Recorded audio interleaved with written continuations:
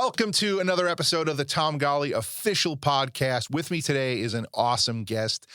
He's actually the only vocal coach I use at the moment, and probably the only vocal coach I'll turn to for a very long time. He's an amazing man, very interesting person, and kind of to blame if you ever, over the last couple years, if you've ever liked my singing, you can blame him for it. But with me today is singing success vocal coach Benny Meza. What's up, dude? What's up, man? It is so good to have you here. I really appreciate you coming. I appreciate you having me. It's an honor. I saw the list of guests that you've had, and I was like, I don't know where I fit with all of this. Yeah. Well, you know, man, it's the fun part of this podcast is I get to bring on people. It almost feels like, it's like, hey, this person, I think this person's interesting, and I think others will too. It's kind of like just getting to introduce people that you look up to all your friends. Be like, and I'll be honest, it's kind of almost like, look who I know. Look who I get to say I know now, So it is a little bit of that, but I think there's a little bit of a Buddy the Elf inside of me that's like, hey, he's my friend. I know Santa. I know him. It's kind of like, that. But man, with you, I mean, dude, people don't realize that a lot of times you take a vocal lesson and sometimes it's a quasi counseling session. And, you've walked with me through a lot of stuff that some of it included singing and some of it didn't. And I think that there's something to be said about vocal coaches who not only are you helping people connect and find their voice, but a lot of times you're kind of helping them figure out the emotion behind some of the stuff they're trying to sing. And I think that's been huge for me, and before working with you, I worked with another Brett Manning trained vocal coach, which was Jeff Mathena, who is also amazing. I think he's out in Texas now or whatever. I'm not entirely sure what's up, but there's something to be said for clearly that what you guys do is special. It's more than just, hey, show up and da da da da da da da da. It's more than that. Yeah. And so what got you started with that? I played in a band in middle school. I was, my dad's a business owner, and so I've always seen him be a leader to other people. Yeah. And so with my love of music, I always really gravitated towards the frontmen, or the front man and the lead guitarist, just being influenced by classic rock and heavy metal, all that kind of stuff. It was all about those two guys mainly. Yeah. The dude who gets the solo and then the front man, of course. So only to find out the drummers get all the ladies. Yeah. you grow up and then you realize like, oh, that's the most masculine dude. Oh yeah. Well, I mean, he's probably in the best shape out of everybody. Yep. Singer gets to stand in one spot for a while. Drummer's just like, no matter what, he's just moving. Very true. Yeah, to go on that tangent real quick, there's this band that I'm sure you've heard of. You've probably played with them and everything. I won't say their name, though, just because I don't want to embarrass the guy or whatever, but the drummer for this massive Christian rock band from the 2000s. Probably the guy from Newsboys, because he's in incredible shape. Well, I'm just kidding. This dude had the skinniest pants I've ever seen on a man, but then also the largest calves. I didn't know calves could get that big. It was absolutely insane. And yeah, he was just the drummer, always doing double bass pedal type of stuff. Oh, wow. Okay. Yeah. It was crazy. It didn't make sense. Like you ball two fists together and that's still not half of his calf. I mean, didn't make sense. Okay, listeners, so here's your mission. Google Christian band drummers calves, and, I guess first one to figure it out wins. I don't know. Yeah, they'll win something. Hit you up, hit me up, and we'll come up with a prize for them. I'll tell you who it is off air, and then, dude, that'd be awesome if someone found it. Yeah, I mean, I was at a party, and they made such a big deal about this guy's calves for like half an hour. So, wow. Yeah, and it was like, like a lot of your buddies, just a lot of legit music industry people, and this is what we were talking about.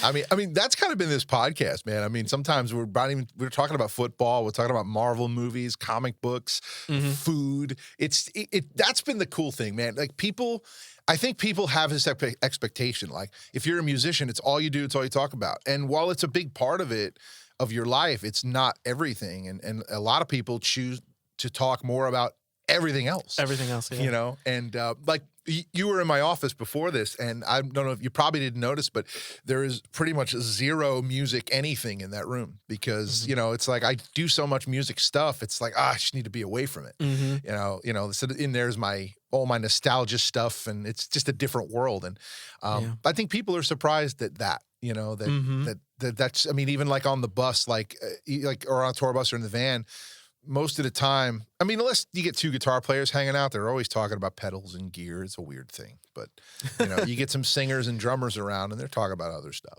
Yeah, you know, even when I'm working with someone new, they expect me to be, and I am this guy and I will be this guy, but to be more technical than I want to get. You know, you don't have to get a degree in biology to become a better singer. Right. They'll be like, wow, so are my arytenoids doing this while my cricothyroid muscle is doing that? I'm like, dude, just chill. I just want you to do a woofy mom as you sing this guy. Yeah, I think the problem is that they go on YouTube and they see a lot of these people who want to, you know, like this pharyngeal, and they use all these words that just like, and with a certainty that sells. Yeah. And they, you know, they think it works. And you know, I mean, without naming names, there are some YouTube people that do some, like, they'll do videos on how to sing like somebody. And first off, they don't sound anything like that person. The technique don't even look close, you know. And in one case, like, shoot, off camera, I'm going to show you this one.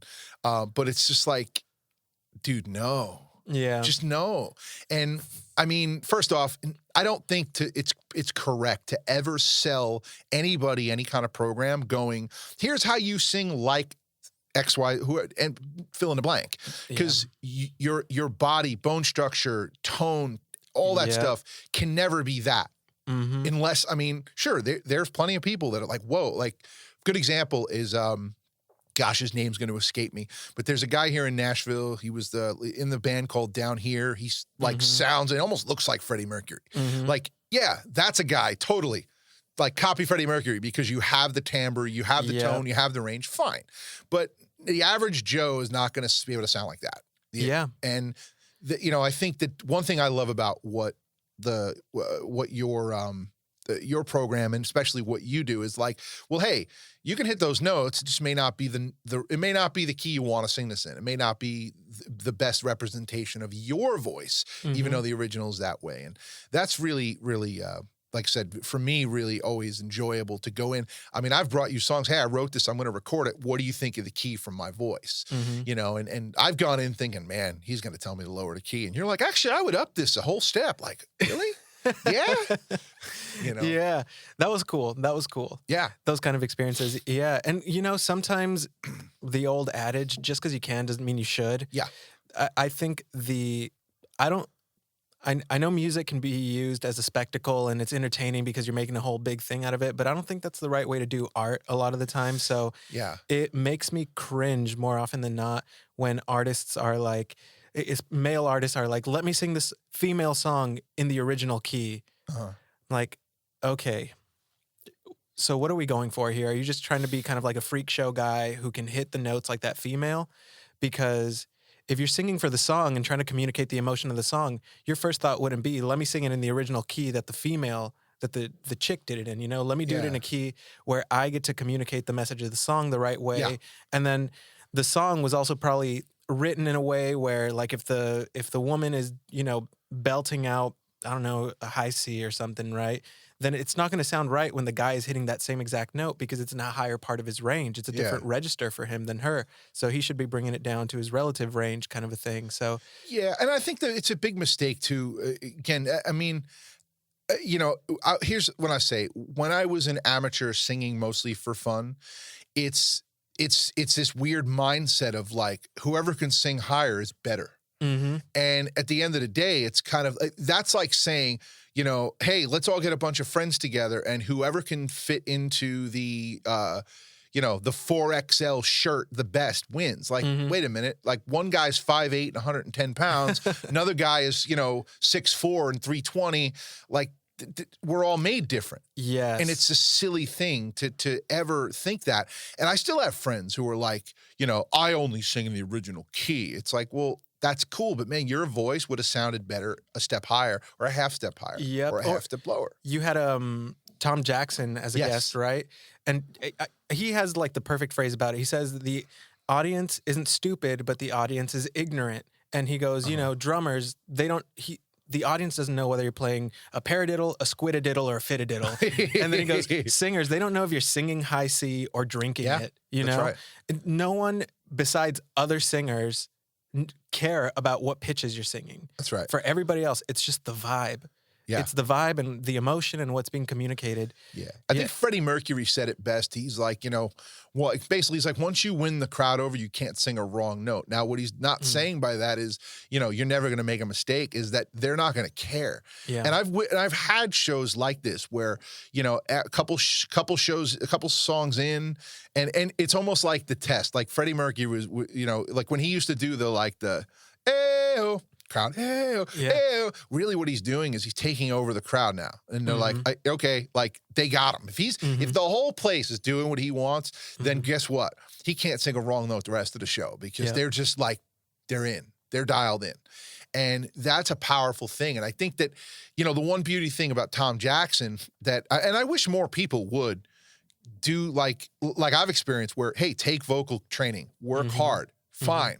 But it's not like, okay, go up and it's, I think you've even said, like, man, it's more important to be convincing when you sing than it is to be technically correct. Absolutely. You know, and that's the thing. Like, I mean, I think there's been a time or two where, you know, you have me singing a song that I'm prepping. I haven't sung it live yet. And I know it's like, and you even like, yeah, you know, that was a little wobbly, but man, that was real. And I wouldn't change that. It's like, cool. Like, yeah. And you know, whether you fully meant that or that was just the idea of like, I know in a show he's going to nail that. It's just because we're in a room, it's kind of awkward. But it's like, at the same time, it's kind of like, hey, there's authenticity there. And I think that I'd rather be pitchy and authentic than pitch perfect and just like have it be contrived, or, you know, and a great example of anything is like, you know, I mean, shoot, when people sing the National Anthem, right? That is so contrived. Oh, say, can you see? Where's the emotion? Very rarely is anyone singing that with emotion. Sure. And that's why it's a train wreck a lot of times. Yeah. Yet when they're singing their own songs or a song that just means something, even if it's flat, man, it's just like, oh, it's there. It's in, because you just feel they're conveying an emotion. And if they're doing that, the pitch is kind of secondary. But if you can do both, nail the pitch, nail the emotion, ooh, you got. Yeah, that's the highest level right there. Yep, 1,000%. Yeah. And you know as a singer when you've done it. You're like, you just know it. You can hear like, oh, like you just know it's dialed in, man. And it's magical. Yeah. Yeah. But like with the Star-Spangled Banner, how do you even connect with those lyrics? Like, man, that part where it says, "or the ramparts." We don't talk like that anymore. What's a rampart? You got me. You got me. Is it I'm not even going to guess. I don't know. I don't know. But how do you connect to lyrics like that? That is very old English, and we don't talk like that anymore. So I think unless someone educates you on what you're singing, what I do know about the song is that I think that it's supposed to elicit patriotism when people sing it. So I can't stand, and I love R&B music, you know, which is all vocal runs, but I can't stand when people do 1,000 notes per phrase in that song.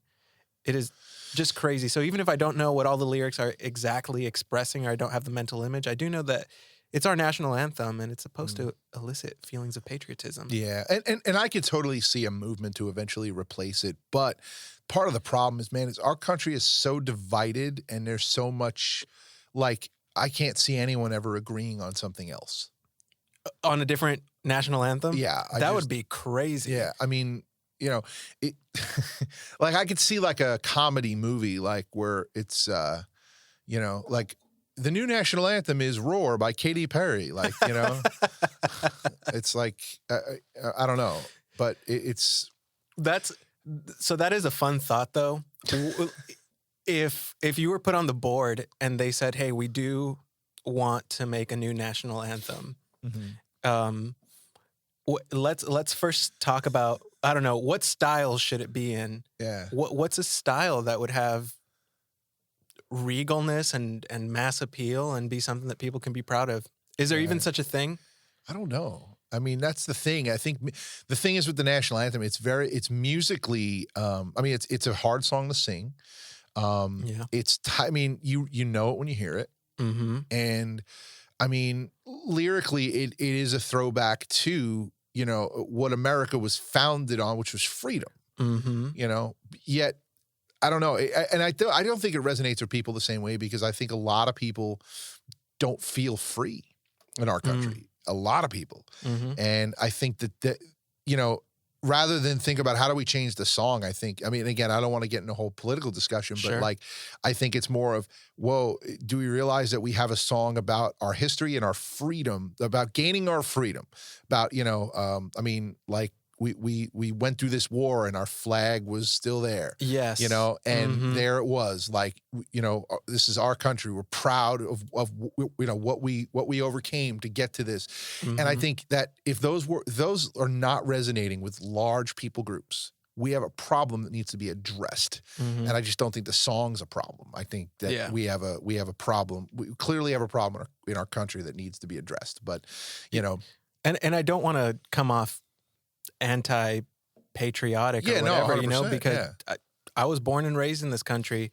So my parents are Mexican immigrants, yeah. but they came here for a reason. Mhm. It was for a better life. Yeah. And not only, this might be so stereotypical, okay, so feel free to laugh, but not only, you know, did my dad come, but pretty much his other 12 brothers and sisters also immigrated from Mexico here. And my mom, 9 brothers and sisters, most of them also came out here for a better Okay. life. Side note, we need to do it for comedy. We need to dive into this. Okay. When now are they 12 brothers and sisters all from the same parents?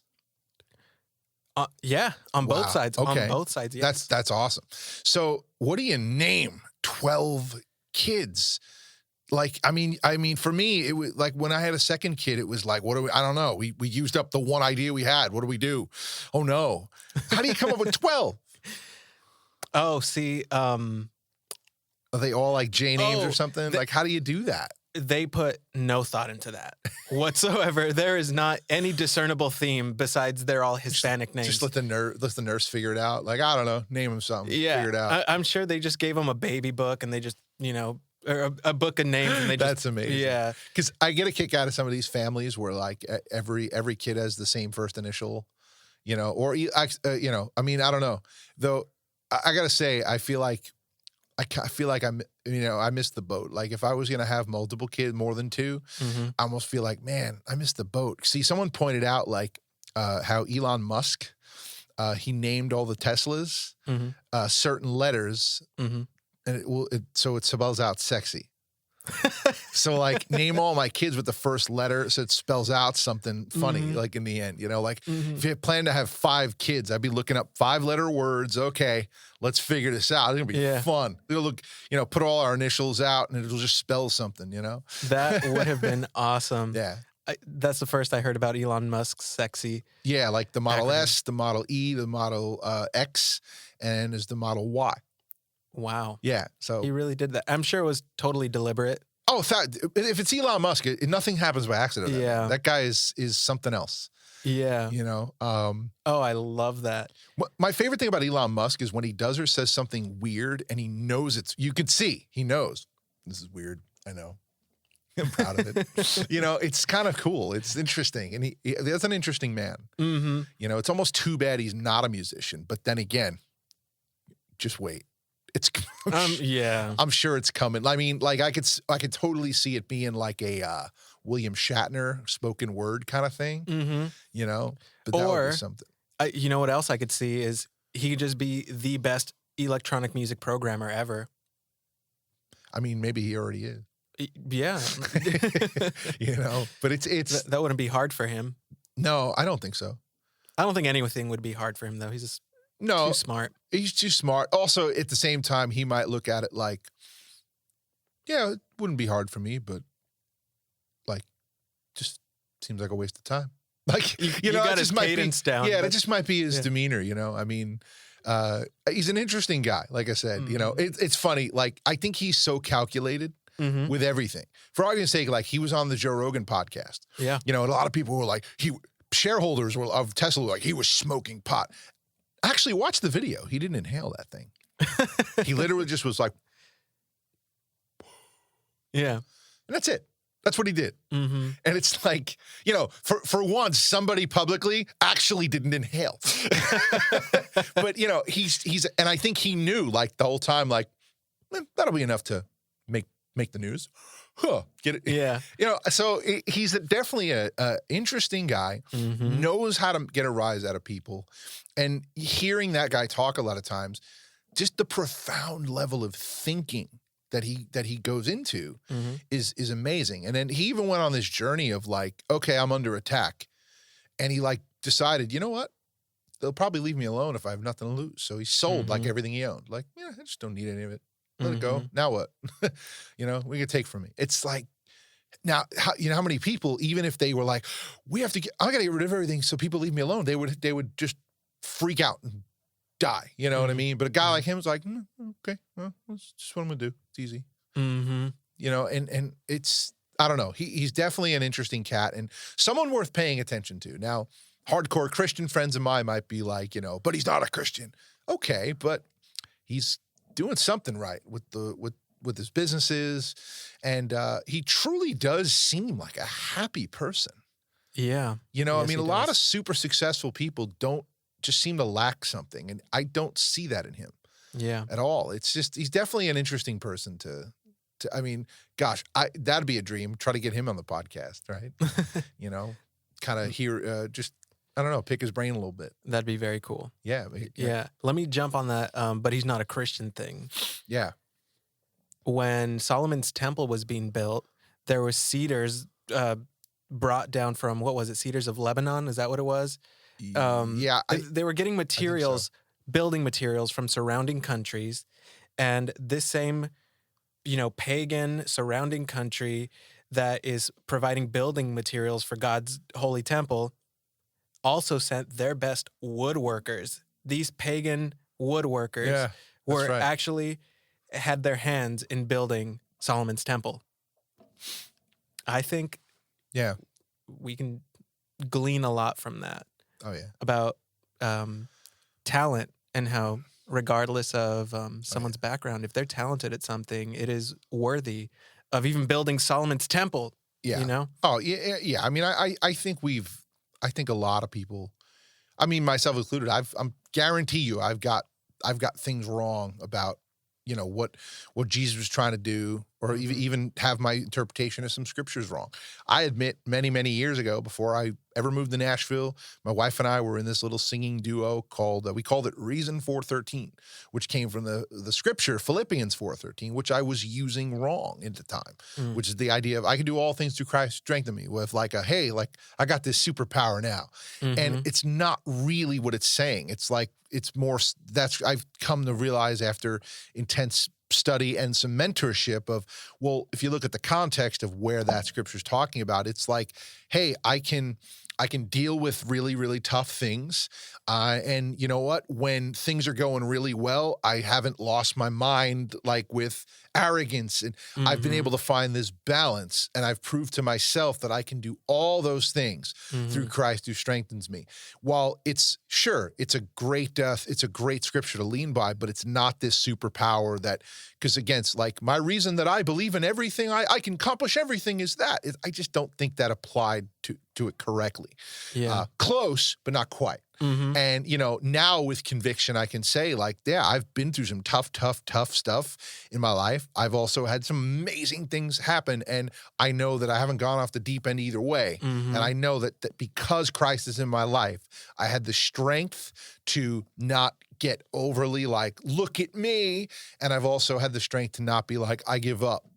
So that's powerful. But again, that's part of the faith walk, is figuring that out. But so many people just want to throw the baby out with the bathwater. I mean, especially with the biggest culprit of all of that is secular music. Oh my gosh. The church, forget it. Like, you know, secular music is terrible. I once talked about how like, man, Bruno Mars is amazing. He's Mm-hmm. amazing. And Yeah. my gosh, the arguments that I got thrown at me. No way. Like, it's too bad. If only he was a Christian. Have you listened to the lyrics? Well, yeah, I have. But like, he's not trying to preach the gospel. So that's not his message. Right. And I'm talking about the man's musicianship. And if we're going to start splitting hairs on everybody, you know what? Let's take everybody you ever looked up to and start sitting here going, oh, it's so sad. Like, man, also, to be fair, you don't know Bruno Mars, man. That man could be in the Word every night. You don't know. But you know what? He's got this thing because he's a performer. Mm-hmm. And that's the thing. I think the problem nowadays with social media, with everything, is that people think everything that's put out there is the whole story. Mm-hmm. And it's clearly not. If we've learned anything, is a lot of times people who aren't super active on social media, and this isn't everybody, but a good amount of time, if you got that person who hardly ever uses social media, but then all of a sudden they're posting selfies, big smiles for like days at a time, something's wrong. Mm-hmm. Check on them. Mm-hmm. Something's wrong. Because they're breaking behavior, going, oh, I need to show everyone that everything's okay. Mm-hmm. Usually it means that if there's someone who just doesn't have a history for lots of content and suddenly they're just throwing it out there, that everything's happy, look how happy I am, things are going great, they're hiding something. And it's just behavior studies. You know? Like with me, I was one of the most active people most people knew on Facebook, and then I kind of backed off. Mm-hmm. And some people reached out, man, everything okay? No, you're right. There's a change in my behavior. Mm-hmm. I've backed off social media because it's been causing me stress. I've been focusing on other things, but thank you for noticing. But it's a weird world we live in, man. And people just take everything at face value and automatically assume that's the whole story. Yeah. So but he's not a Christian, Yeah. This man was still able to build God's temple. There's plenty of very talented, horn players, for example, that might go to, I don't know, your Christian son's high school, but they're not Christian themselves. But sometimes the pastor will have them play on the worship team. And I think that's beautiful. I think that's great, because they're using those talents. This guy's obviously skilled at what he does. He's not the worship leader either way. I don't know how you feel about all that, but But yeah, he gets to go up there and play. And I think what better way to use his talents than in this context of worship? Yeah. Not that worship music is the end all be all, but that's one of the highest forms of musical expression is to worship God, of course. But yeah, but he's not a Christian thing. Church, I feel like church should be a place that everybody, no matter what they believe, should feel comfortable going to. Mm-hmm. And I remember when I was a kid, like my family, we weren't like devout. I mean, I came from Long Island, New York. It's very, Catholic by tradition, where it's like all of a sudden one day you're like 7 or 8 years old and they're like, oh, you have religion class. What? What do you mean? I can't go outside and play? No, you have religion class. Oh, okay. And they pluck you into this room and hand you this workbook, and some volunteer guy just starts, let's go through the workbook. Starts telling you about who this Jesus guy is. And you're just like, why are we here? It's scary. It's weird. Like that was my experience. Oh, yeah. And it was like, and then like, okay, cool. Like you learn about prayer, you learn about this stuff that and I remember being a kid thinking, wow, this is like really powerful. Like there's something about this. Yeah. And, then coming home and talking about it and then like, getting made fun of because like, you're getting made fun of over it. Like my sister, you told a story one time how everyone in the family made fun of her because she used to like to sleep with her, she had a rosary and she liked to sleep holding it. Mm-hmm. She just didn't know why. She just something about it. She just loved holding it. She got made fun of mercilessly, and it's like, that was kind of, but anyway, the fact is though, is that for me, even though I wasn't coming from a devout family, if someone was like, hey, there's this thing going on at the church, it wasn't like, oh, church, not going to that. It was like, oh, cool. Yeah, let's go. Because, at least there, no one was digging in any of your stuff. It wasn't weird. It was just like, yeah, this is what we're doing. And, and I feel like suddenly, I don't know what it is, but here we are many years later. Obviously, I've been very involved in non-denominational stuff. And I find that a good amount of time, like even if there's a musical event, like, I mean, I had like, and this is just honest, I just knew how the flow of the night was going to be. And I'm performing. And I just knew, man, this is going to get weird. And so there are people I didn't invite because I'm like, this is going to get weird, and they're going to be like, what the heck was this? Yeah. You know? And that's sort of been like what I've noticed is that church is becoming quickly a place that people don't feel comfortable because there's a lingo, there's, you know, they're just going to, and by weird, what I mean is when you have a special event and you invite a bunch of people, you know, hopefully that's the night that you invite people who wouldn't be caught dead in church. It's not the night to have an altar call with people foaming at the mouth, falling down.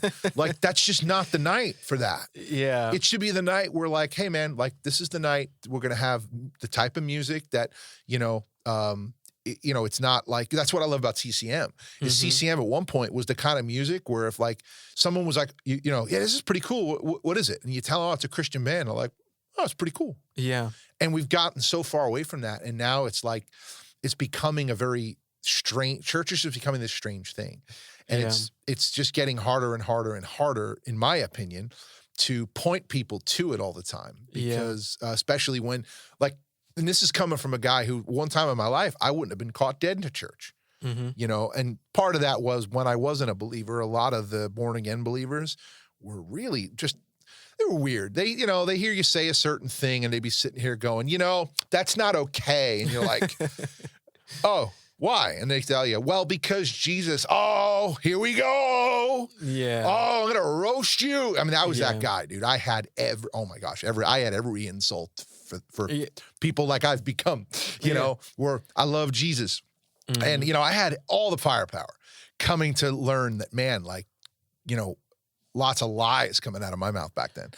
But it's just like, so for me, like I'm passionate about making church a welcoming place for everybody. And it's just weirdly, it's becoming a place we just pander to people who already believe. Yep. You know?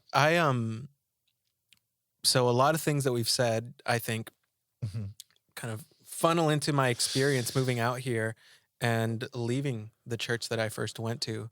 And I won't say the name or any people, but when I moved out here, I had rose-colored glasses about what the Christian music industry was like.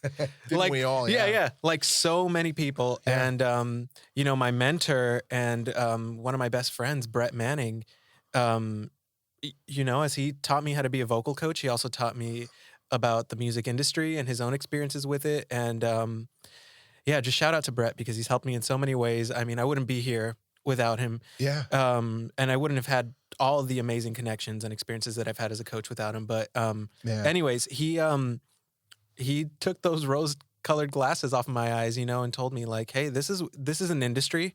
It's about making money. It's also about politics sometimes, sadly. And a lot of the things that you think about these songs that are, you know, that might be like the song of your life during a traumatic time in your life or whatever, the story behind that song might not be what you were told that it is. It might have been written by some secular guy who was actually mocking Christian songwriting by just writing the most cookie cutter thing, and then a church cut it. Yeah. You know? No, I believe that. Stories like that. And I've worked with some of those songwriters who, you know, are very prominent songwriters who are mostly pop.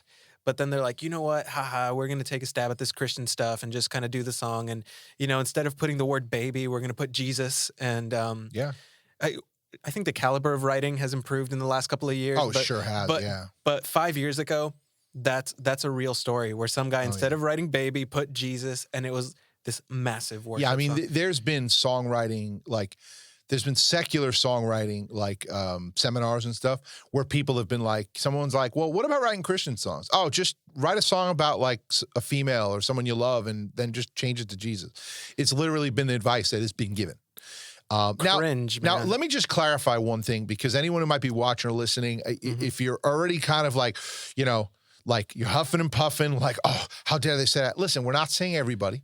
And no, not at all. But unfortunately, this stuff really does exist, and we're not calling anyone out. No. And look, if anything, I got to tell you, you know, people don't understand that I think a good amount of people who may have started. I think everyone comes here, even some of the people who have become sort of part of the problem, they came here with the best of intentions, and things just change. And I admit, like, this is, I've never said this exactly this way on a podcast or anything, but being a Christian artist has actually, at times, being part of this industry, even going out doing ministry, and then even some of my negatives, which I've had a lot of negative experiences with other artists that are Christians, pastors, worship leaders, people in church, people who are just the most outspoken Christians. Yeah. Doing all of this has at times made me really question, like, dude, is any of this real? Now I imagine some of these people doing this on a bigger scale, like the machine's going, it's already built. There's really no going back without some severe fallout. I can only imagine people who have really fallen into, instead of those moments. And for me, it's just been moments of, man, is any of this even legit? Which, God finds a way to answer it and goes, yes, and God reminds me often that if God can use a donkey to speak through, to reach people, he can use even that stuff. So I've had to learn, hey, all right, God, and also, man, you know what? For all of us, and I think one thing I want to clarify, we're not sitting here in this, I don't think either of us are sitting here coming from a mode of like, I'm better than all of this. I think not at all. I've come into it going, man, you know what? I actually think I fit right in. To all the messy stuff that I hate, I actually think I fit right into it, because I'm sure I'm guilty of plenty of things. And you know what? Yeah, do you know where I think I'm part of the quote? I don't want to even say it's a problem, but where I'm part of the same things I don't like, where a lot of times I feel like there's inauthenticity and things like that. Well, you know what? There's been Sundays I've been part of a church, worship, and I just didn't feel like going. But there I am leading worship, hands raised. I don't really feel like raising my hand, but I know I got to do this for them, and I got to do this for that. My motives have been wrong at times. So I think that a lot of times we see some of this stuff in a moment and go, that's the way that is. Oh, it's terrible. Where it is momentary. So I just don't want anyone to listen to this section of the podcast and be like, they're sitting there acting like they're better. No, I think we're all, if all of us in Christian music, in the church, realize, man, we're muddying up this beautiful, perfect thing that is the gospel of Jesus. Yeah. I think we'd all be a little more understanding. Yeah, and I'm just kind of processing out loud with you. Same. Yeah. But I didn't fit in at this church, and I really tried. Prior to moving to Nashville, I'm from Palm Springs, California, and I was working full time as a worship leader at my old church.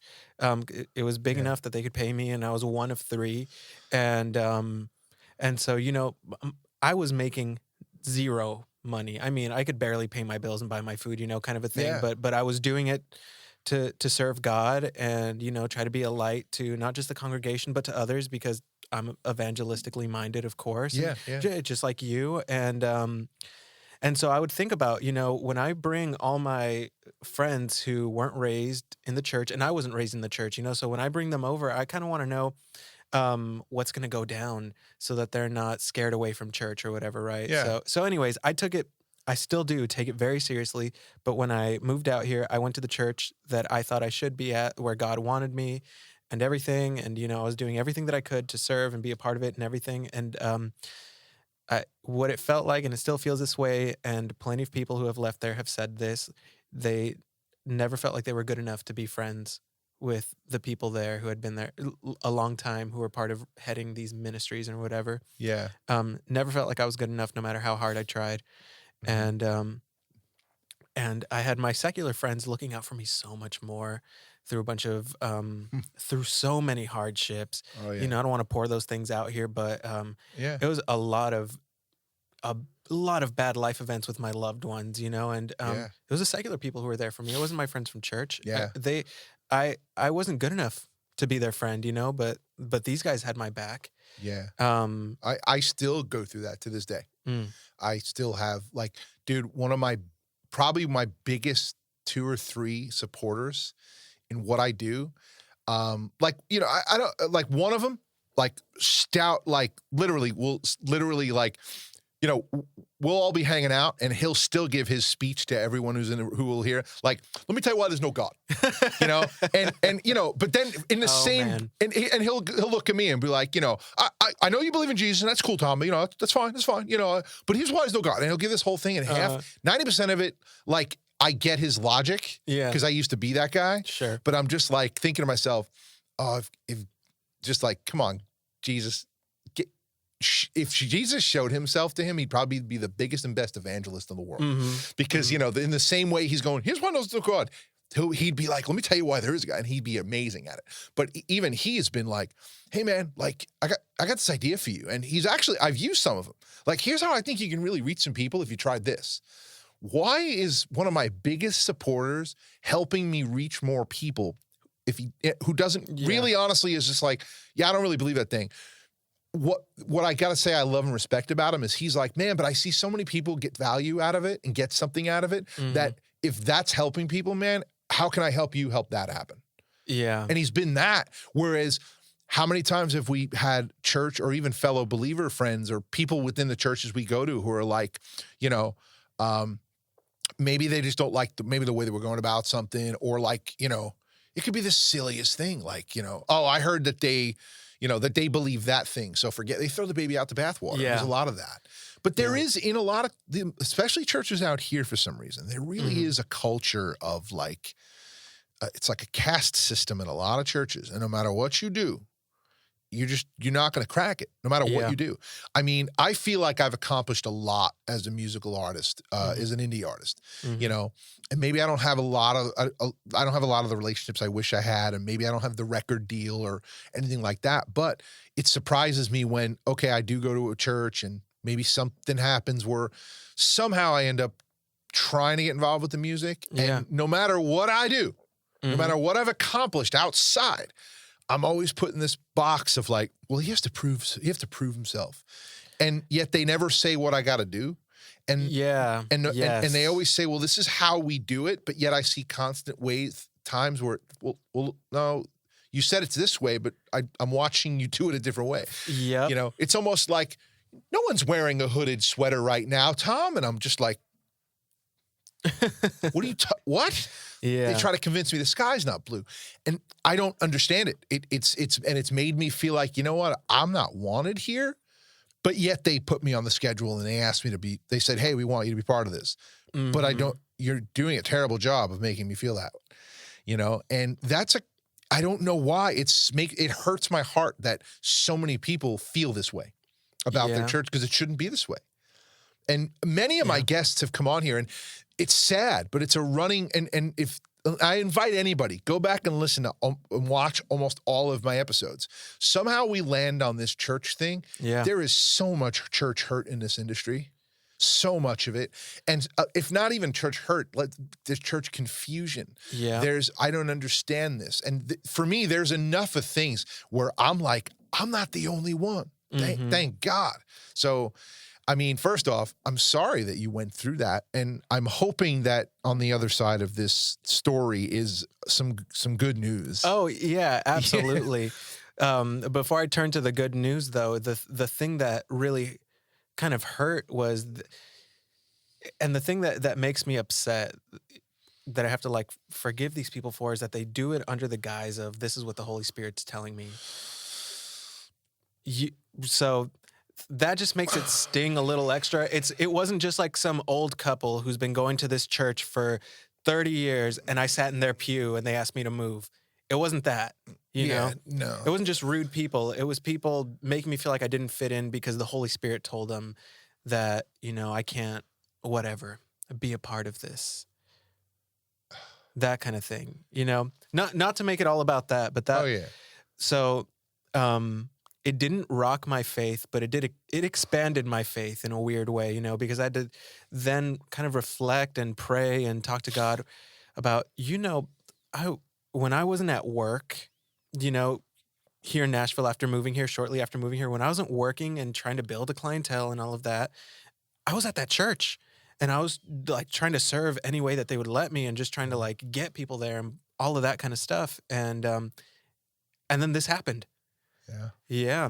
But I mean, I told you this story during one of our vocal sessions a long time ago, where I served at a church for 2 years. And, Yep. most of it was, I was being mentored by somebody. I moved to Nashville. I struggled a lot because I went from being a guy who like everybody knew and, everywhere I went felt like home, it felt good to go everywhere to suddenly, I don't know anybody. And like, people, I'm having conversations with people that are being very discouraging. And, it was like, I was lost. Yeah. And then I see this guy who like seems, man, everyone just respects. And I'm just like, hey, I want what you have. How do I learn this? Now in time, he was the right mentor for me during that season, but once I kind of got better, if you will, it wasn't a fit anymore. But during those 2 years, he was very instrumental, very important in my life. And I was, I served at that church as a pretty much like I was whatever he needed me to be. And we got to a point where it was like, hey, I see what you're trying to build. And he started to trust me and have, I had ideas. We had people come over to my house. I have like almost at one point I sold a lot of stuff, but I had every instrument you can imagine. Yeah. So it was like, hey, you know what? I'm going to set up a ton of instruments in my living room and invite the whole worship team over. And hey, if you go to our church and you sing or play an instrument, come over. And we had a worship gathering. Yeah. And it started off, it was awkward, especially because, there are some people that don't really get along. It was weird. And then it was like, hey, thanks. Especially me, I was that, Yankee New Yorker that like, was, my way of getting to know people would walk in and I'd be like, hey man, what's with those orange shoes? Like, oh, you're a Vols fan? That's interesting. Like who are the Vols? Like, and they're just like, who is this guy? One guy's got a pink bass. And I'm like, hey, is that a Barbie vase? What is that? Like, just busting chops, Yeah. And, at the end of the day, it's like, well, so I kind of made a few people go like, I don't know what this guy deal is, So, but you're just being yourself. Yeah, exactly. Yeah. That. But, so after 2 years, when Ron, the worship leader, couldn't be there, I would fill in. What I find out later people didn't like is that I felt it was easier just to have like a guy who plays for me when I tour show up and play guitar instead of people from the worship team. Cause it's like, well, we already know these songs. We're just gonna do them. It's easy. Yeah. Went out to rehearse on Wednesday. Yeah. I was the most experienced sound person in the building. So it's like, I would do things or correct people when it was like, hey man, I see what you're trying to do. Here's how you do that. They didn't seem to like that. And so 2 years. Can I interject here? Yes. And I'm going to assume that you also had to be pretty efficient with your time, right? Because they probably weren't paying you for all the time. Oh, yeah. 1,000%. It was all... Not that it's about the money, but no. You have a family and you have to be efficient with your time. Yeah, it was about, hey, I go to this church and this is about me serving and enjoying God in serving this church. I enjoyed that. And I don't think there's anything wrong. That's the thing. People forget the word. Everyone uses the word serve, but nobody seems to use the word enjoy. And I think we're supposed to enjoy serving God. So it's like, find that thing that you enjoy doing to serve him and just use it all together. It's great. But a lot of times we end up at churches and we can't do the thing we enjoy because it's like, it's dangled above us. Like, oh, he likes to do this. Well, we're going to let him get close, but we're going to dangle it over his head. Like he has to keep trying to earn it because we'll get more out of it. It almost seems to be what they do. But anyway, I really felt like we were building something. We were part of something. Then we end up out of nowhere. There was tensions behind the scenes apparently with the board and things like that. So the head pastor gets his dream job at another church in his hometown. So he 2 weeks notice was like, I'm leaving. Well, the board wanted they've been wanting to get rid of the youth pastor for a long time because they were forcing him to do things their way, not the way he wanted to, and blamed him when it didn't work. So within a 2 week span, pastor resigns, he's fired, and the guy mentoring me resigns too because he's like, well, I was only here because of these guys. Whoa. So now I'm standing there going, man, we were building something. And if you know me, once I get started, like I'm going to try to save it, Yeah. So I thought to myself, okay, I think that a lot of people are going to leave the church.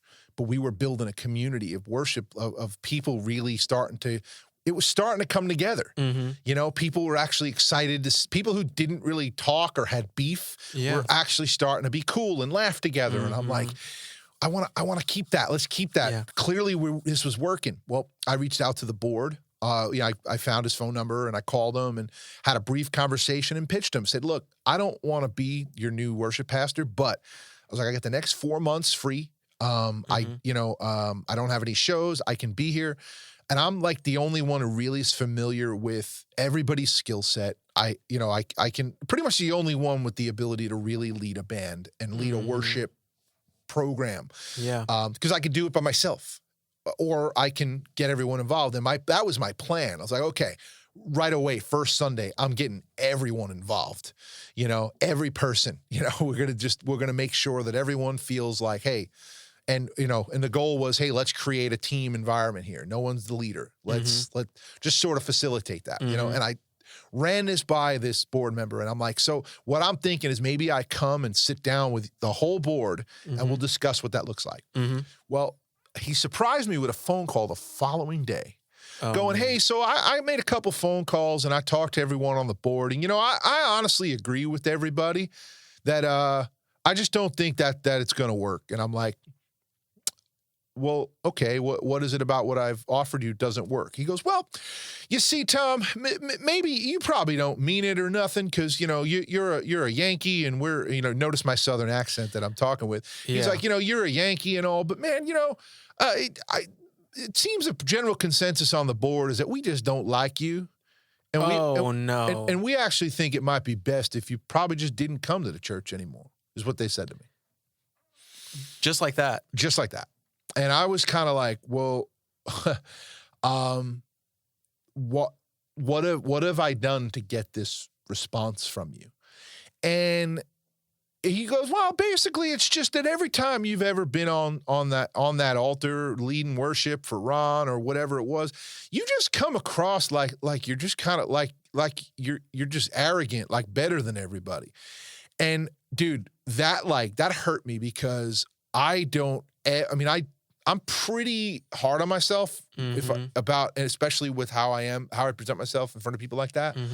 And I mean, the first phone call I made was to the guy, Ron, who was always happy to put me in my place, and rightfully so. It's like, this is a guy that I've invited in my life to go set me straight, man.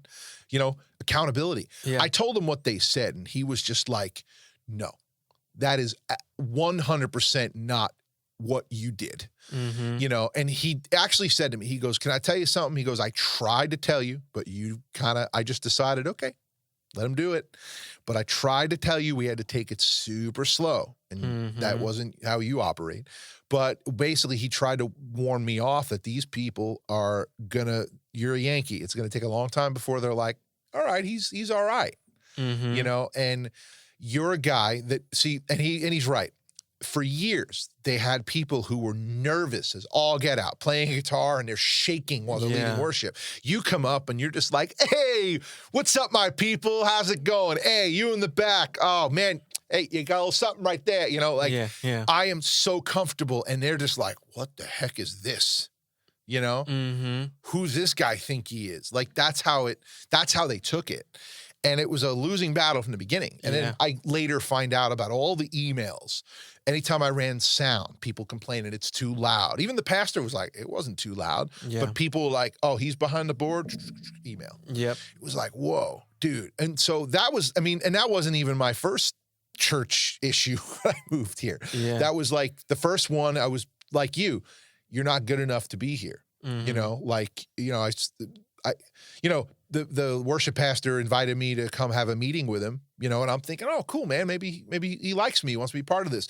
I walk in, we're talking, and I'm just thinking we're going to hang out.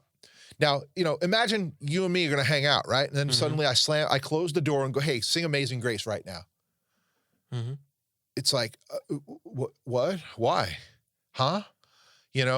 And it's like, okay, Amazing Grace, how sweet the sound. Like, I don't know what he wanted. you know, and then it's like, well, see, man, like if you're gonna be on our worship team, man, like you gotta have conviction, like you gotta convince me. I'm like, what? Well, I didn't understand the assignment. Yeah. You know, like, oh, you know, can you play guitar a couple chords? But I never, you know, well, yeah, man, you're gonna have to learn how to play guitar. Like, holy crap, what is this? Like, and it was just set up to fail. Wow. You know, and then it's just been one thing like that after the other for me.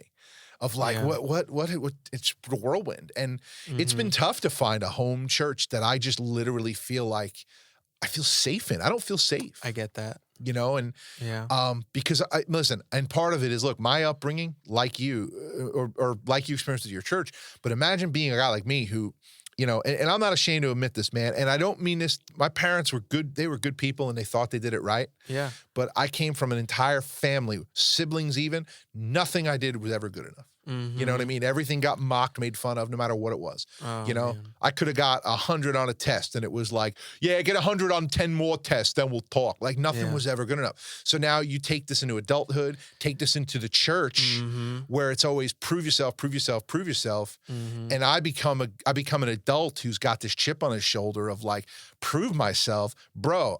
I almost become like a Thanos, like you're all gonna bow to me. Like it gets really toxic. Yeah. So it's like I've had to take a giant step back from churches, especially here in the Nashville area. And I don't mean any disrespect. I know there is amazing churches and amazing leaders and people, but and so I'm not disputing that. All I know is I have tripped, fell, found myself in some places that were just bad for me. Yeah. And I appreciate you sharing that because, man, like, it's cathartic, I think, for me to hear this. It's a kind of a common thing. Yeah. I mean, there are well-known Christian artists that I know for a fact that have told me their own lips, me and my family have not been to a church in years. You know, and there's something wrong, man, you know? Yep. And I think it's great that, like, it gives me hope to hear that you have found something so on the flip side of that. Yeah. So tell me about that now. What was that like going into it and how has that been for you? It was honestly a very smooth transition because, again, Brett Manning, he was not just the guy who I moved out here because he offered me a job. He really wanted me to coach for him. And I was like, well, you know what? If I'm being a vocal coach and wanting to be the best in the world, I need to go work for this guy who is the best in the world, who's an absolute legend and a genius. So you know how mad it makes me when I mention his name and people don't know who he is. I'm like, how do you not know who he is? Hey, thanks for tuning into the podcast. I hope you're enjoying this episode. If you're watching on YouTube or listening on a streaming platform, please be sure to subscribe, like, or follow so that you can stay up to date with the latest episodes. Also, drop some comments or feedback in the comments section. We'd love to hear from you guys. Once again, thank you so much for the support of the Tom Golly Official Podcast. Dude, next level. So we had a program for acquiring clients, and it made me so mad when people didn't take advantage of this. In the beginning, when I first moved here, it was one of the marketing programs, all right? And we don't do it anymore. But, I'm fully certified by Brett. I'm trained by him. He wanted me to work for him. And in an effort to do client acquisition, the studio was paying for me to give someone a lesson for free. So you get the lesson for free. The studio's going to pay me to teach it, though. So yeah, it was something that we were doing, and so I was meeting people, and they were all hype about. They're like, "Oh, cool, you're a vocal coach," and then some of them would recognize Brett's name and Sing Success, and they'd be like, "Whoa, that's where you teach?" And I'm like, "Yeah, and I can hook you up with a lesson if you want to take one." It's like they're paying me for it, but it's free to you. And the amount of people who didn't jump on that, and then later they're like, "Hey, man, can I still get that free lesson?" It's like, nah, man. No, you definitely can't. First of all, we're not doing that anymore. And second of all, no. When someone offers you something legit and you don't jump on it. Yep. You got to tell them the Fat Joe quote, man. What's that? Yesterday's price is not today's price. The price has gone up. Love that. Yeah. Yep. Wow, that's amazing. Yeah, why would... Now that I'm paying my bills, doing this job and everything, and I get to work with people who are professionals and actually serious about it, I'm not casting my pearls to swine, man. You had What? You were just hanging out with people, playing board games or whatever but you're wanting to be a professional singer and you were just offered something for free and you don't take it? You know what that's proof of, though, on the What? marketing end of things, is that something is only the perceived value. If you're willing to give it away free, how valuable is it? Very true. You know what I'm saying? True. Yeah. It's almost interesting. Like, I feel like you market the free episode to the same people versus, hey man, like 60% off if you buy 10 episodes, but 10 sessions now, you might have more success with that. It's weird because there's a perceived value thing. Mm-hmm. Great example of this is I've proved this to my wife. She had a few things for sale on eBay. Okay. And, she just kind of like did quick research and went, oh, it's not worth much. And like had something for like $8.99. And it was up there for 3 months. Nobody bought it. So I went into her account because I help her with her shipping and stuff. And I went, well, let me see what she has that isn't selling. Found it was like a hand-carved wood train set. This little decoration. Well, I go and I look and I see, wow, there are similar items to this that have sold for way more money. Mm-hmm. You know what? I canceled the listing. I restarted it, sold it put it up for $39.99. It sold in 15 minutes. Wow. So nobody wanted it at $8.99 because, those hand-carved train sets sell for a lot more. They didn't trust it. Something about it. Like, well, I don't know. This must not be good. There must be something wrong with it. Yep. And it's just like with a car. Car's too cheap. There must be something wrong with it. Uh-huh. Right? So I think that's why that type of thing doesn't work more than anything. Yeah. And we stopped doing it. Yeah. We stopped that campaign pretty quickly. And also I learned very quickly, because the price of the lessons and stuff. We charge a premium for singing lessons, and well worth it. I appreciate that. Thank you. Worth it. In the history of people who have coached there and had my experience, I took the longest to raise my rates because I wanted to be affordable for everybody. Yeah. So I was. And I'm not trying to toot my own horn. It's just to say that I want to help people first and foremost, and it's not about the money. I was 6,000 lessons in. I had taught 6,000 lessons in less than 5 years, and they were wanting me to raise my rates. They're like, come on, you got to go to 150 per session, 150. And I said, no, I don't want to do it. I don't want to do it. Yeah. I said, they're like, but you could be making more money for less work. Yep. And I said, to me, it's more about how many people I can work with. So if I'm making the same amount of money, but I'm having to work more, that means I'm also helping more people. I'd rather do that. So anyways, now my rates are up. Yeah. I was at 100, now I'm at 150 a session, but see what I've had happen to me, and I don't mean this to hurt anyone's feelings at all, and I don't mind talking about it because it's what really happened. But I was working with another vocal coach before you, and I mean, I understand where I think his goals was to like, hey, I want to work with huge names. Yeah. And a lot of times if a label's footing the bill, I mean, I've even had this with mastering and mixing guy. They're like, oh, indie or label? Indie. Oh, then my rate's this. Yep. Oh, label, it's this. Yeah. And so I think he had taken on a bunch of label people and it was like, hey, you know what? I want to work less. So, but I'm willing to work with my clients. And I don't know what the thinking was. Truthfully, I often feel like he just didn't want to work with me anymore and went, well, my rate has gone from, around that 150 to like 275. And I'm just like, well, he either doesn't want me or thinks I'm made of money. So unfortunately, I have to move on. Now, again, what I think is like, he was great for me. Yeah. And I don't mean this to toot your horn or blow or anything, but even if his rate became half what yours is, I would go with you because you are a better fit for me, personality-wise, everything. And that's important with vocal coaches. Absolutely. A vocal coach a lot of times is you got to find someone who gets you, understands what you got, and also really fully believes in, hey, I get what you're doing, and I believe in what you're doing. I believe in your voice. And I'm not saying that my previous coach didn't do that. It's just that that's what happens sometimes. It's like, all right, he's got his goals that aren't to work with a ton of indie artists. Maybe your goals are probably, I want to work with everybody. Yes. I want to have room for everyone, which is totally okay. But that happened to me where I got rated out to where I'm like, well, I don't see the value in this, especially knowing, for me, it was knowing that, well, the garden that this came from has plenty of fruit for way less money. Sure. Why not go to that garden, And that's how I ended up finding you. And, again, I'm just being transparent. I'm not, I would say this, man, you know, if you got the money and can afford a vocal coach that fits you and he's your guy, man, by all means, man, could be worth every penny for you. Totally all right. Yes. But for me, I had to go this route. And, you know, I will say this, there's people who may hear $150 a lesson. Oh my gosh. And they find out, like, the first vocal teacher I ever had in my life, she was $20 a lesson. Yeah. But great for a beginner. It was great, like, okay, learning how to enunciate and sing in a very old-fashioned way.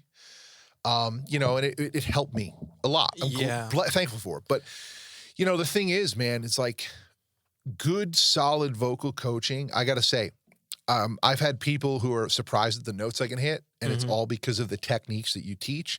I've had people surprised at the ease, like the ease that I do certain things and the quality that I've gotten over the years. I've just gotten better and better and better. And the last couple of years, I feel I'm the best because of those techniques. So that rate is a steal. Yeah, and let me jump in here. I wasn't working with Brett in the beginning. I'm from California, Southern California, and I thought, you know what Brett Manning is doing out in Nashville, there's people who are just as good as him in California, so let me make a 2-hour commute once a week to go take lessons with these people. And I was working with some, you know, very legit, high-level vocal, very impressive roster. There is some really good guys out there, So here's the thing, though. I was working with a guy once a week for over a year, and the range and technique that I had when I came in is the same that I had when I left. Yeah. It was and I'm not trying to, you know, plug Brett so much here. Yeah. All right. But in my first lesson with him, that cost me about double what I was paying the other guy. In the first 15 minutes of that lesson, he had me doing things with my voice that my previous coach had an entire year to help me do and was not able to do. So it's a good soundbite here for voice coaching, expensive voice coaching, you know, but it's the most expensive lesson you'll ever take is the one that doesn't work. Yep. So yeah, all that money that I spent with that one vocal coach weekly for all that time, that was mostly wasted money. That was mostly wasted money. My tone quality got marginally better, but not significantly. There was not anything different. And I couldn't hit any high notes with power, you know, which was exactly why I started lessons to begin with. I was, you know, first of all, influenced by those classic rock guys that I mentioned. And then Bruno Mars was on the, you know, jumping into the scene and had this crazy kind of male diva voice. So, anyways, it was Brett who was the first one who helped me actually, you know, move in that direction and make strides and not tiny little steps. But I still haven't answered the question about the church thing. Yeah. It's fine. Brett introduced me to a lot of his Christian buddies and everything, and I befriended them and hit it off with all of them, and they're really cool musicians. I'm sure they're people that you know too. Yeah. And it turned out a lot of them were going to Church of the City in Franklin, and so that's where I'm at now. And it was a really smooth transition for me because a lot of them were already going there, you know, and so now I'm going to a place where these are my buddies already. These are my friends. I've spent time with them. They like me. I like them. And this is healthy, you know. I hear good things about that church. See, my biggest fear was when I first moved to Nashville was like, okay, I want to find out the church that like all the industry people that I look up to go to, and I'm not going there. Because last thing I want to do is be like, oh, that's the guy here just trying to know everyone. So I'm like, not going there. Maybe eventually, maybe one day, but nope. Like, because I'm even the guy. The first time I meet like a well-known somebody, I'm not getting a selfie. I'm not going to be that guy. Maybe the second or third time, it's like, oh, you know, let's finally get that picture. Good with that, you know. Like literally, that's just been my rule of thumb. Sure. You know, because I was so worried about that perception of being that guy who's just, oh, yeah, you're just trying to use people. Yep. So, but that is a church I'd love to visit at some point, you know? And again, I didn't even know who any of the people were on stage or anything. So when someone's like, you know, so-and-so is a worship leader there, I was like, oh, I've never heard of him. I was like, in fact, I actually kind of like when the other guy sings a little better than, you know, and it's not about that, you know. Yeah, of course, yeah. But I just had friends who went there, and I think it's amazing when I think someone stands the test of time and continues their walk with God into adulthood. It's one thing when you're a kid and whatever, and you've never known any different, but when you're an adult and in the real world and everything, if you can find a place where you can continue serving God consistently, and it's a place where you want to go and where you're surrounded by community, that's beautiful. Yeah. So I didn't think about what denomination is this or whatever, and they're not crazy, of course. It's just a non-denominational church, but it's a beautiful thing to have friends that you look forward to seeing when you go to church and that kind of a thing. I think it's interesting because like it's crazy how, I have a friend of mine who's actually a Scientologist. And, I know it sounds crazy, right? But, he's a pastor's kid. And believe it or not, it's interesting. He's a Scientologist, but he's like, no, dude, Jesus is real. But their mindset is something I can't ignore, and I want to follow that. It was an interesting guy, but he tells me all the time. He's like, which I just tell you guys now, no, I'm not going to become a Scientologist. I promise you.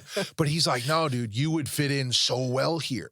I bet you would. And really, what it is I'm very much an outside the box thinker. I'm very much a guy who's like, hey, Pastor, I loved your sermon today. Can you can we talk about a couple things? Like I might actually have some questions. That's like not okay.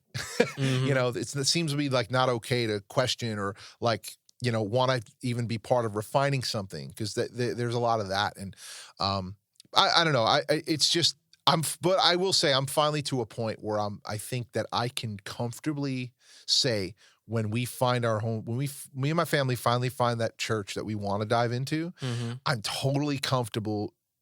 Like, I just want to be anonymous. Like, I don't want to go to a welcome table the first time. That's one I do struggle with. And I wish churches would relax this a little bit. What's that? When you have the greeting team, when they see it, hey, we've never seen these people before. I'm not gonna feel loved having people hound me. Yeah. I just wanna, good morning, nice to see you. Hey, if there's anything we could do for you, come see us. Yeah. Thank you. Yeah. Like I've had churches that we visited when we first moved here even who were like, new person, oh my gosh, there's new people. Yeah. Holy crap. And it's like, why? I even asked like, why are y'all doing this? They're like, well, we want you to feel welcome. I just want to leave now. Like it's just, I've learned by moving to Nashville what an introvert I really am. Like, I'm just like, whoa, this takes a lot out of me. Like, and I realized like, oh, well, touring's different because I have a mindset shift. And I'm like, I've been saving this energy to come out and give it. And there's a reason I'm exhausted for days after I go out on the road. And, there's reasons why, like going for drives for no reason is important to me. It's just getting away. But, but that's, I don't know. But I think ultimately it sounds really great that, you kind of, that church hurt led to a lot of positive things for you moving forward. So maybe you had to go through that to get to where you are now. Yeah. And, I've been very fortunate to meet a lot of people who liked me and wanted to help me out. And, as a vocal coach. Sure. So I got, some people put this together and I got tested by this producer. He sent his daughter to take lessons with me. She only took 3. And on the 3rd lesson said something cryptic like, I have a friend who I think would work well with you. And then the very next week, they hit me up, the TV show Nashville, because they wanted me to work with Hayden Panettiere on the show. Yeah. And they just straight up tested me. But which was cool to know that the daughter approved of me. And then the father, who was, the executive producer, music producer for the show, was like, okay, let's give this guy a shot. And then I did a good job. And then from there, he's recommended me to a lot of people and I really appreciate it. It's amazing. But anyways, getting to work with, professionals of all sorts, it's been amazing because I get to, even if it's not, that hardcore evangelism sort of thing where, that thing where it's like, we're just trying to convert you right now or become members of this church. I get to be with people who otherwise completely shun Christians from their lives because, they have a strong aversion to them. And I get to tell them, hey, I'm Christian. And they get to be around somebody who's just a loving person who cares about them, who shows them that Christians aren't just a bunch of weirdos who only have one agenda. because my main agenda is just I love them. I need to do my job that they hired me to do, and I can vibe to their music, and this is cool, you know? Yeah. First and foremost, you know, just to show them you're a normal guy, you know, who just cares about people. And I think the beauty in that is that, you know, it sounds like prior to coming out here in Nashville and having the negative experience you did, you may have had a lot of positive ones. So to have that now, you're like me. You're probably looking at people who feel that way, going, no, "Yo, I get it. I get what you mean." You're able to sort of empathize in a way you probably wouldn't have prior to it. Because I lived in too perfect a box, and it's not that I wasn't exposed to bad, but I would hear stories, and this is also me being a stupid kid, you know, but I would hear stories of people getting burned by the church and just never going back. And I was like, well, you know what? These people don't sound like they're serious about their faith.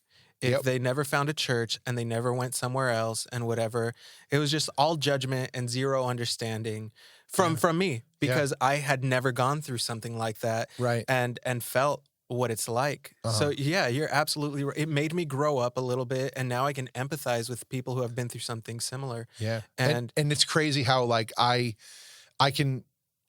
still find myself slipping occasionally into that similar kind of vibe, though, that you just talked about, of like their faith wasn't strong enough. Like, wait a minute, who am I talking? I'm talking about myself here. Yeah. You know, but it's like, no, my faith is strong. I just think that like it's, you know, it's complicated. But as far as you are concerned, like, it sounds like, man, like, what a great thing to be able to identify and possibly even, again, I'm not saying like, you know, hey, I know you have this evangelistic mindset, but I don't think your goal is to convert people and make them start going to church, but it's to, hey, love people like Jesus did, so that, you know, if Jesus does come to them or reveal himself to be very real in their lives, everything that you showed them and all the love you gave them, they're gonna realize, wow, God's been around for a while here, you know, and they start to put that together with how they were treated by maybe someone like yourself who's accepted them for whatever they believe. I mean, and it's the whole sin thing doesn't really come up, you know, because it's not about calling out their sin or whatever. It's just, I want them to, you know, and they will know them by their love, kind of a thing. I just, you know, want to love. I genuinely care about them. So it's not that I needed God to tell me to love people. I think he put that in you. He put that in me. We just care about people. So I want them to experience that kind of love. Sometimes a little too much. You know? Believe me, I get that. Yeah.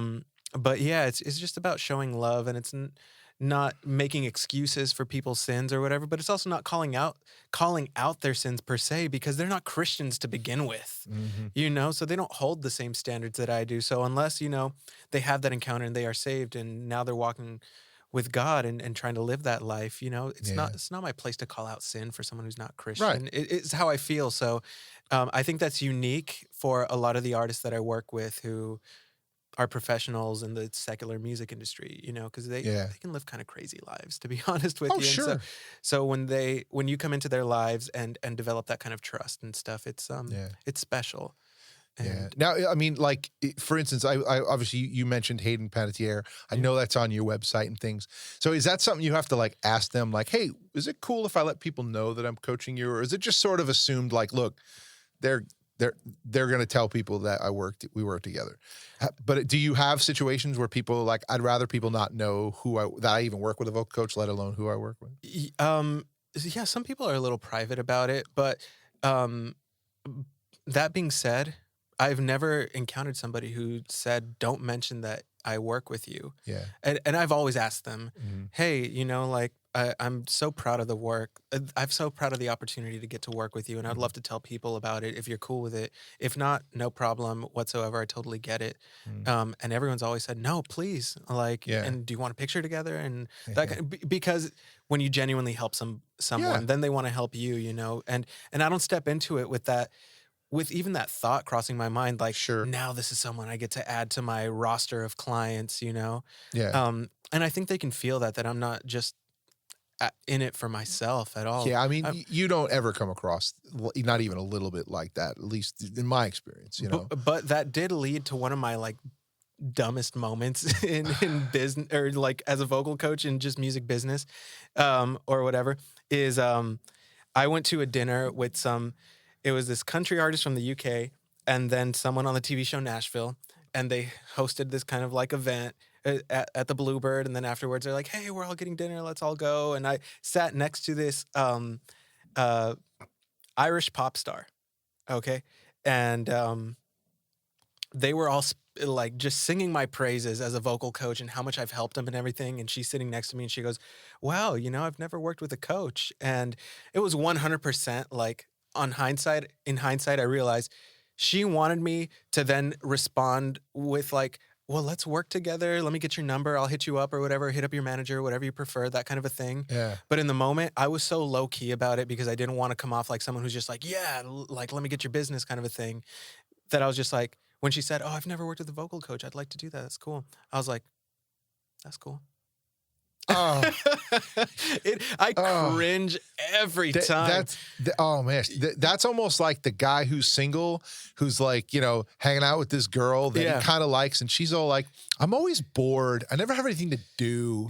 She's giving you every opportunity to be like, let's hang out. And, oh man. And then I didn't take it. I cringe so bad when I think about that. Yeah. But that was me like trying not to seem like eager to just, whatever. That was just stupid. Yeah, I get it. I do. Yeah. I talk to a lot of people a lot of times where it's so hard not to be like, dude, you should start a podcast. Because, I have a studio, I have a business where we produce them. And it's like, it's so hard not to, because I don't want people to feel like everywhere you go, you're trying to sell people. I don't want to be that either, Yeah. But that's, who are some of the, who are some of the bigger names that I guess people might have heard of that you've worked with? I know at one point, I think you worked at Kane Brown, you still do? I haven't in a long time. It's been a while. But yeah, Kane Brown was one of them. That was one of the first big ones. Yeah. That's a guy who, if I looked at a picture of him and then listened to his voice, I'd be like, that ain't him. It's just like, it's almost like that voice coming out of that is like just that face is so unique. And it's like, that's cool. I just think that, I guess that's part of his mystique as well. It's like, he looks like he does, but sounds like he does. It's interesting. Absolutely. There's one kid that I worked with that I'm extremely proud of having worked with him, and he's given me a lot of shout outs in the past. I think he's going to be a massive A-lister. Isaac Dunbar is his name. He's definitely different, but he's like this 18-year-old kid, and in our first lesson, his management set me up with him because I had helped out a different artist, and his management set me up with him. In our first lesson, he does this cover of a Billie Eilish song, and he sang it. It just blew my mind. It was the most unique, special, like pop singer kind of voice that I've ever heard. And you guys can look him up. He's like a really creative kid. He got a record deal so he's who we all thought we would be, kind of a kid. Okay, so he was like at 15 years old, he's programming music on Fruity Loops and stuff, and just recording himself, and it had a vibe, and it just gained a lot of traction. So he had like this massive record deal with RCA, at 16 years old, and anyways, have to look him up for sure. Yeah, he's cool. He's really cool. He hasn't like blown up into the A-list yet, but he's got such a heavy-hitting team. His whole life ahead of him. He's young. Oh, yeah.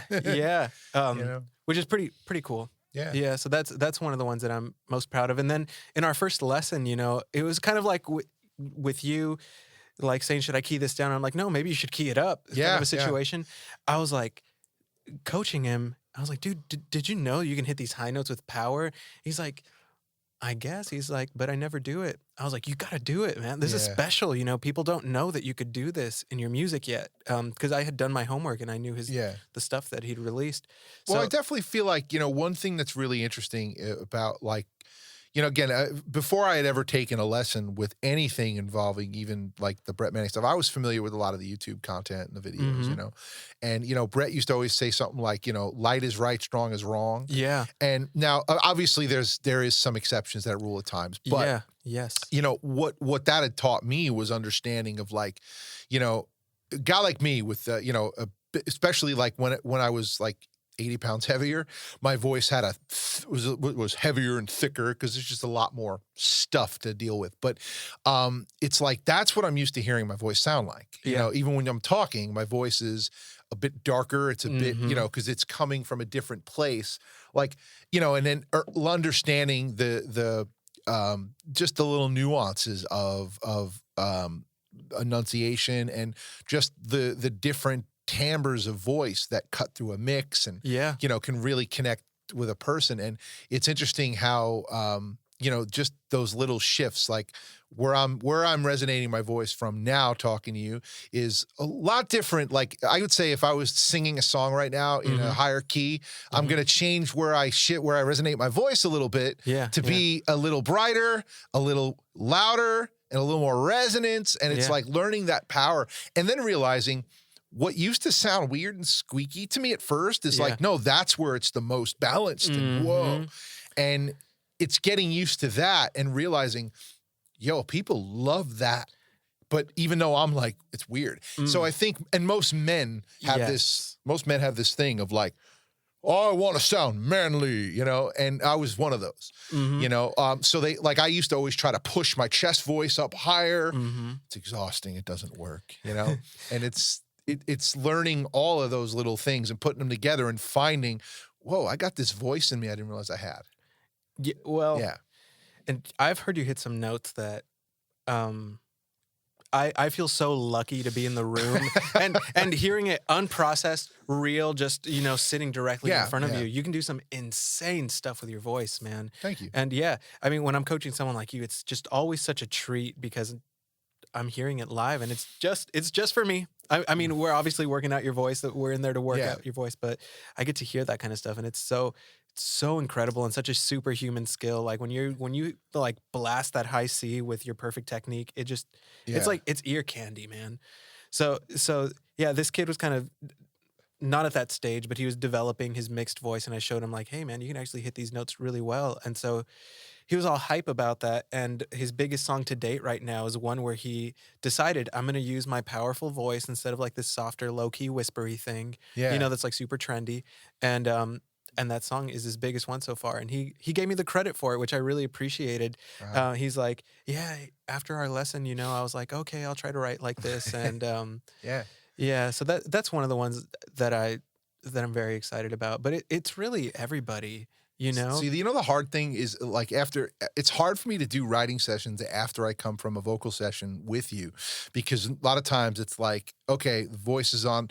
It's kind of like, it's the equivalent of like, okay, I'm about to go up to bat essentially, right? It's like swinging three or four bats, you know, in the on deck circle and then showing up. It's like, oh, this bat feels like nothing, right? So going into a write thinking, I want to flex my voice. And sometimes the song just doesn't need craziness. So it's like, it's trying to be like, all right, this song doesn't need a power note. This song needs something different that, you know, again, the techniques that you have taught have been a lot more than just about hitting notes. It's also about the phrasing. It's also about the delivery. I mean, because that's more important. Yeah. I mean, like one of my favorite things that you've ever done for me was I have a song called Keep Fighting. And, you know, I came into you even going, yeah, live, I'm going to sing it like this. And there's a particular part where that song it's just basically a synth in my voice. And I was like, yeah, I'm going to sing it like this. You're just kind of like, well, why? And it was more like, because I was having a little bit of trouble with how to deliver it where it felt right. And you're just kind of like, well, no, man, like definitely stay down. Let me show you how, like, because what's happening is I'm hitting all this big stuff, then trying to come down and sing like a keep fighting, keep moving on, just real soft. But how do you do that when your voice is tired? And it's like, well, and it's the little things of going, oh, okay, I can do that. It's coming away from going, oh, okay. So like, you know, it's funny how the way a lot of times I feel like you guys very Mr. Miyagi, the way you'll do it. Like you'll wear my voice out and then be like, here, let me show you what to do. And that happens now. And it's like, oh, my voice is tired. Now you want me to do that? Yeah. Let me show you how. And it's like, oh, I can do that. If I can do that when my voice is tired, it's easy to do when it's not. So that's really wild. And I still, to this day, like when that little part of the song comes on that I was telling you about, I think of literally it pops in my head. Literally everything you physically showed me with your face, like have more of this, like it's programmed. And I think of it every time. And it's that great reminder because it's like, man, and it's even, you A-B'd it like, dude, that delivery, it's gonna nail it every time. So it's always like, oh, remember what Benny said here, you know? And granted, I'm not thinking about it. It's just, it flashes in my mind like in an instant. It's like, remember to do that. Yeah. You know, because I would have a tendency to like, gotta project here big. So open up big. Keep fighting. No. Keep fighting. Yeah. Real like, you know, it doesn't have to be much. Just let it happen. Yeah. And it's like, ooh, that's and it feels weird, but it don't sound weird. No. And that's my favorite thing about learning. It's like unlearning certain things. Like again, another byproduct of working with your methodology is the technique becomes, if you work at it right and you focus more on how it feels coming out when it's right, dude, those days where your monitor mix sucks and you can barely hear yourself, you know what? And even if you're a touch pitchy, because let's face it, we all want to hear ourselves a little bit, but you know what? There's plenty of times where I'm like, dude, I couldn't hear myself at all. That's going to be terrible. I go back and watch the video and I'm like, oh, I nailed it. Why? Because I wasn't listening. Yeah. I was feeling. Yeah. And it's it's the methodology that, and more you have really drilled that in of like, see how that feels? You've always reminded me of that. Like the sensation. How does that feel? The sensation. And it's like, if I get the sensation right, there's no way that pitch is wrong because it's only right in one spot. Yeah. You know? Yes. And the only thing I wish I could break is my tendency. I am terrible on demos. If I'm in a writing room and someone's like, hey, you want to record? What? No, I try not to do it. But I have this tendency of just like, it's my fallback. I'll just get extra nasally to hit higher stuff. Just because, I mean, let's face it, we do that when with the methodology of like, you know, hitting the high, nah, nah, nah, nah, nah, nah. So I'll just sing it and it won't even sound good, but I'll hit the notes because it's so, you know, and it's like I'll send that demo out to the guy I'm going to do vocals with. And he's like, I think this song's too high for him.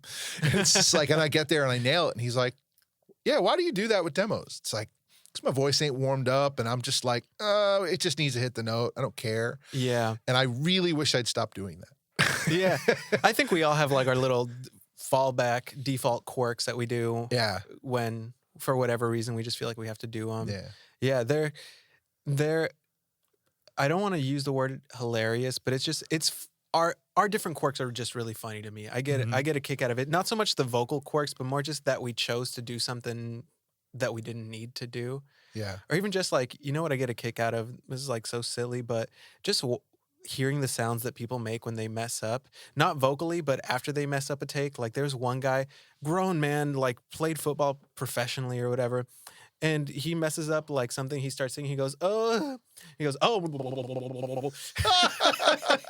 such a silly thing, but man, that is. People make the funniest sounds when they mess up. You know, just like, oh, let me do another take. Yep. I don't know why. I just got a kick out of that. Yeah, I mean, that is. I get that. That's funny. I mean, it's. Man, singing is a. It's hard more, I think, because of the little nuances and. I think singers are I don't know. I don't know if singers are a little crazy or if they figure out how to tame their crazy a little bit enough to be able to do this thing, you know? Well, I try to instruct people because we all have bad vocal days and usually there's some health reason for it. Even it was just like we had a bad meal the night before or we didn't sleep well or whatever. Sometimes tiny things like that could make a difference.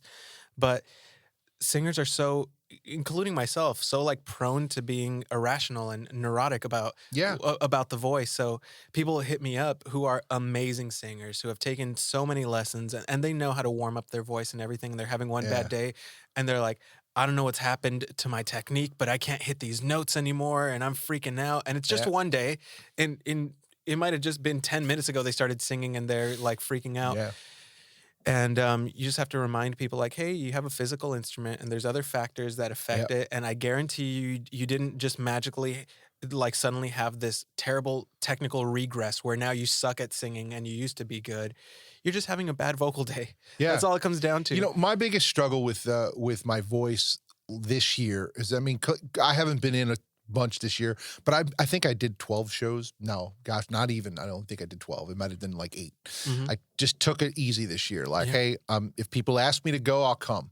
Or if, hey, this is a cool festival, I'll ask them if they could use me and, you know, whatever. And that's happened. But man, there's been a couple of shows where, you know, one, because I haven't been singing a ton, my endurance just isn't quite what it could be. Because I've come to you like, yeah, I got a tour coming. I just want to make sure my voice is right so I can make it through. And it's always been good. I'm kind of to that phase, at least at the moment, where like, hey, a tune-up on occasion, it works well for me.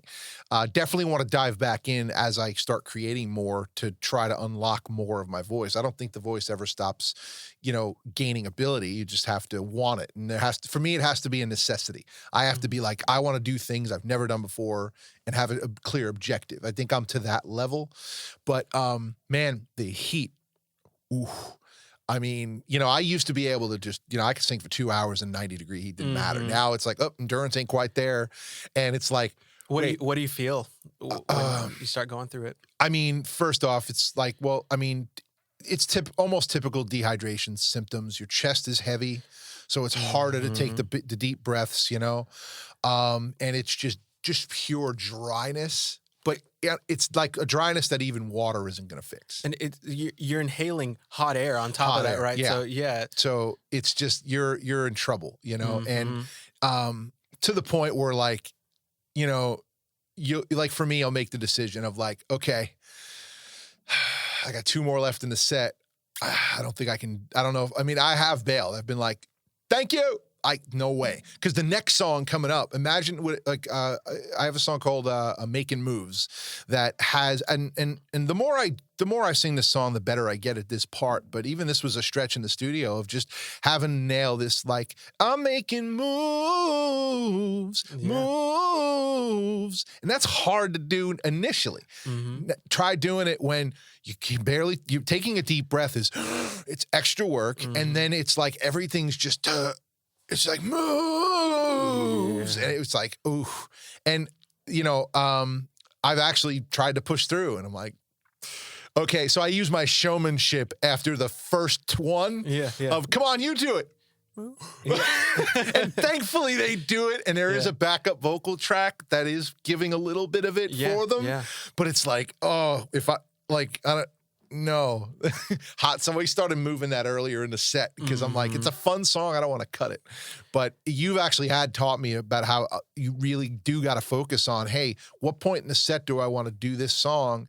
If this song is not I don't want to call any song a throwaway, but if it's one where you're like, yeah, if we don't play this, it ain't going to hurt anything. Yeah. Especially if it's one of your songs that you have a t-shirt of, you got to play it. So it's like I've learned so much. I don't even think you realize how much I have gleaned from those lessons, and it's more than just singing. It's a mindset of a lot of things of voice maintenance, even just being cognizant of like, hey, I do hear, like with me, I do have a pretty resilient voice, especially when I'm singing a lot. But when I haven't, it's like, all right, I can see if your voice is a little tired, I definitely wouldn't save this for the end of the set. But if you really want to, here's a couple of ways that I think, little shortcuts. You've taught me those things. And man, that's the thing. Voice lessons, on average, probably not worth $150. But when you have someone, I mean, just a voice lesson in and of itself, that's not what you're paying for. You're paying for somebody who can really help you analyze your voice and help you take care of it, help you understand your songs in relation to, okay, cool, you have this 5-song set, and man, these 2 are really tough in your voice. So you got to decide someone to really go, hey, I'm learning your voice and how it works. And I know your manager said, save this one for the end, but you know, this song's going to beat your voice up. So maybe reapproach it, maybe reinvent it. That's what you're paying for. You're paying for serious expertise. And you know what? Worth way more than $150. It just is. And at this point, I've been through it with enough people, you know. By the time I met you, had coached enough touring musicians to see how it goes, you know. And before I even coached the first touring musician, I had been trained in a way where I was equipped to help them, and I did help them. But when you've verified what you know through experience, you know, It's valuable. And I think it helps keep people at ease too, because I can sincerely say, hey, I've seen people have the same vocal issue, or I've seen people be presented with this challenge, and this is how they overcame it. And you know, I like to express like how to think about things so that you can also just think objectively for yourself. Oh yeah, this makes sense. Like, the voice is produced by the coordinated action of various muscle groups, and if those muscles aren't doing well, it's not going to come out right. That's thinking objectively. It's not like, you know, all the voodoo that's around singing or mysticism, like, oh man, like I need to look outside of the window at 6 a.m. and see a white owl. And if that owl isn't there, that's not going to be a good singing day for me. Sure. All that crazy stuff, you know, or like I need to do this with my eyebrows, or all that craziness. Yeah. Like what I get upset at a lot of times is I see people, you know, I mean, and again, when I was more, I mean, I don't know. It's weird calling myself a professional, but I am. I get paid to sing. I make a product that is musical. Dude, you are so legit. Yeah, this shouldn't be weird at all. You're crazy. But, you know, like I would say more when it was singing was an amateur thing. Like, you know, I remember all the things, you know, like, hey, put a Halls in your cheek and like keep that in your mouth while you're singing. And I know singers who still swear by that, and that's fine. Now I'm seeing this new fad of these steam machines, and I'm kind of like, there's no substitute for solid technique and good nutrition. So like when I was singing at my absolute best, when I was in my weight loss journey, because I've gained back some weight, but when I lost 100 pounds. But you know what? It wasn't even so much the weight that I made singing better, which it didn't hurt, but the nutrition. I was eating crazy amounts of vegetables, clean food.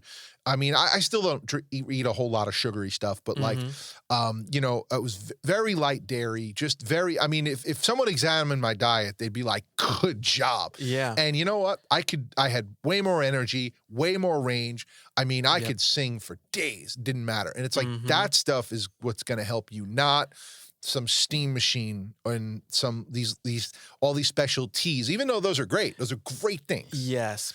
But they're not the things that go, I have a bad vocal day, I need to drink this tea.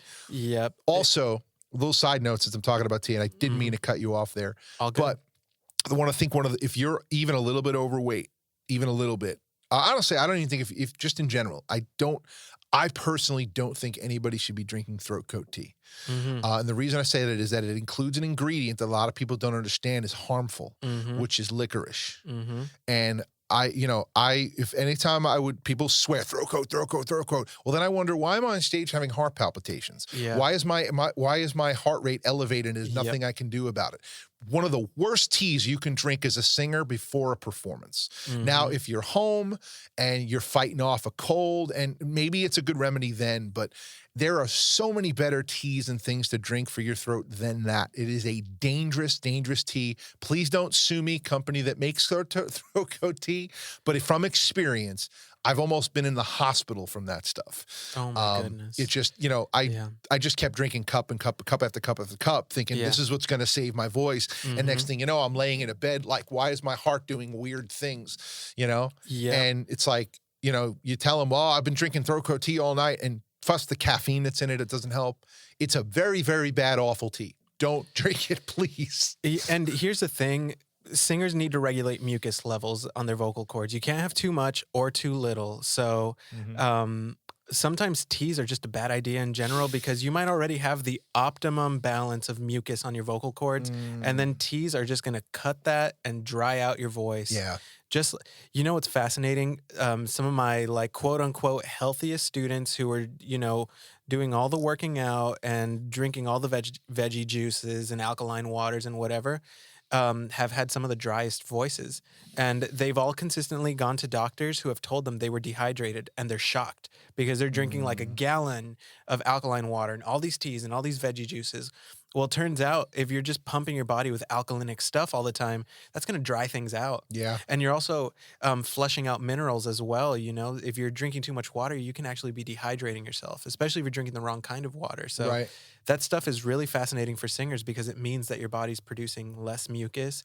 And the thing is, mucus is to the vocal cords what oil is for your car. Yeah, you that's know? right. Because there's friction every time the cords, you know, make sound. Yeah, So. and that's why like taking things like Mucinex and things like that aren't great. It's like it's essentially almost like putting too thin of an oil in there. Yeah, it's not. Yeah, you got to be careful with that stuff. you really do. Yeah, and that's just.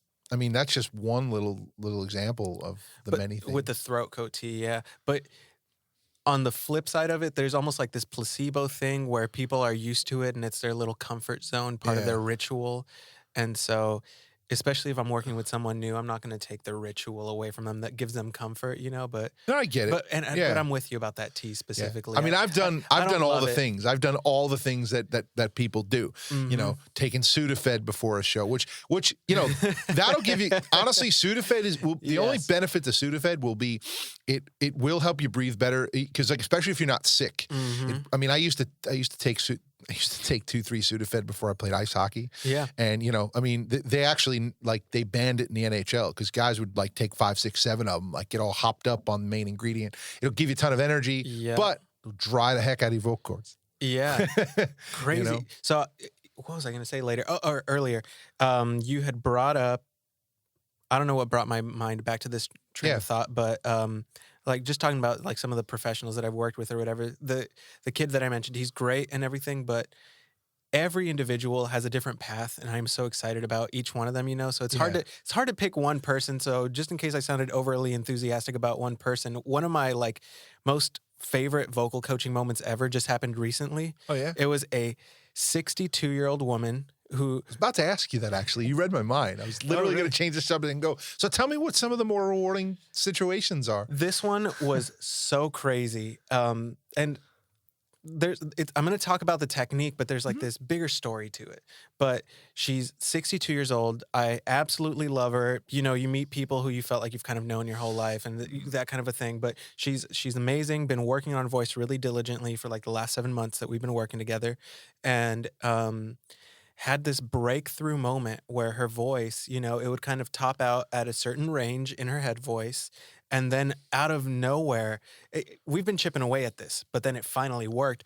Her whistle voice just came out and she started climbing all the way almost to the top of the piano. For people who know notes, she made it all the way up to C7, which is, the sevens are pretty much the last octave of your keyboard, So C7, 62 years old, trained her voice to do that, has not been able to do that before. It was freaking crazy. But here's someone who's been working so diligently and, she's tried all these different health things from improving the quality of her sleep because I guess she was a mouth breather when she slept and tried like these mouth strips that tape your mouth shut and just all these different things, you know. Yeah.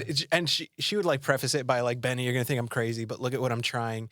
First she tried this chin strap thing. So you maybe have seen it before. I have, yes. But yeah, it's a chin. So it's a strap that goes over your head and then to your jaw, and it's supposed to keep it, you know, your lower jaw attached to the top. And she said that was extremely uncomfortable and causing issues. And then she found this product that was on Shark Tank that was like tapes your lips shut, pretty much is what it does. But because your lips have a range of motion, your jaw could still kind of be open while you have that. Anyways, that was a very rewarding moment, and also kind of demonstrated that if you take care of the health of your voice, even at 62, and then she was singing phrases from Mariah Carey songs, like those old crazy whistle voice things, you know, that Mariah Carey did. Mariah, who is an absolute legend, who I love, you know, had a steep decline in her vocal abilities just 10 years into her music, to her career in the music industry. And then here's a 62-year-old woman singing those phrases that Mariah was doing, you know, from the age 18 and younger to 30. That's wild. Yeah. So that was like one of the coolest moments ever. And just like, what God kind of gives us is hope, you know, so I think that's the big story there, is just hope that you can still accomplish amazing things no matter what age you're starting at. And that kind of a thing. You know? I definitely get that. And that's, you know, I, as someone who has been made to, you know, I've been directly told, and I've also been made to feel like, man, you're too old to try to have a career doing this at a high level. And it's like, well, you know, there's part of me that wants to be like, well, yeah, that's true. I'm gonna do something else. You're right. I'll go be a millionaire, you know, you know, or it's like, okay, well, just, you know, kind of for lack of a better word, hold my beer. Yeah. you know? And I think that's awesome that you get to be on the side of that where clearly if some people got to want it to come in and have you help. You can't make them do it. Now, have you ever experienced people coming in and you're like, yes, you can. And they're just like, no, I can't. I mean, I know for a fact that has happened, but like, has there ever been a time where it's like, it just didn't like, nope, there was nothing you could do. They wouldn't even try the scale. They wouldn't try anything. And it was just like, man, if they only would just let themselves believe. Have you ever experienced that? Yeah.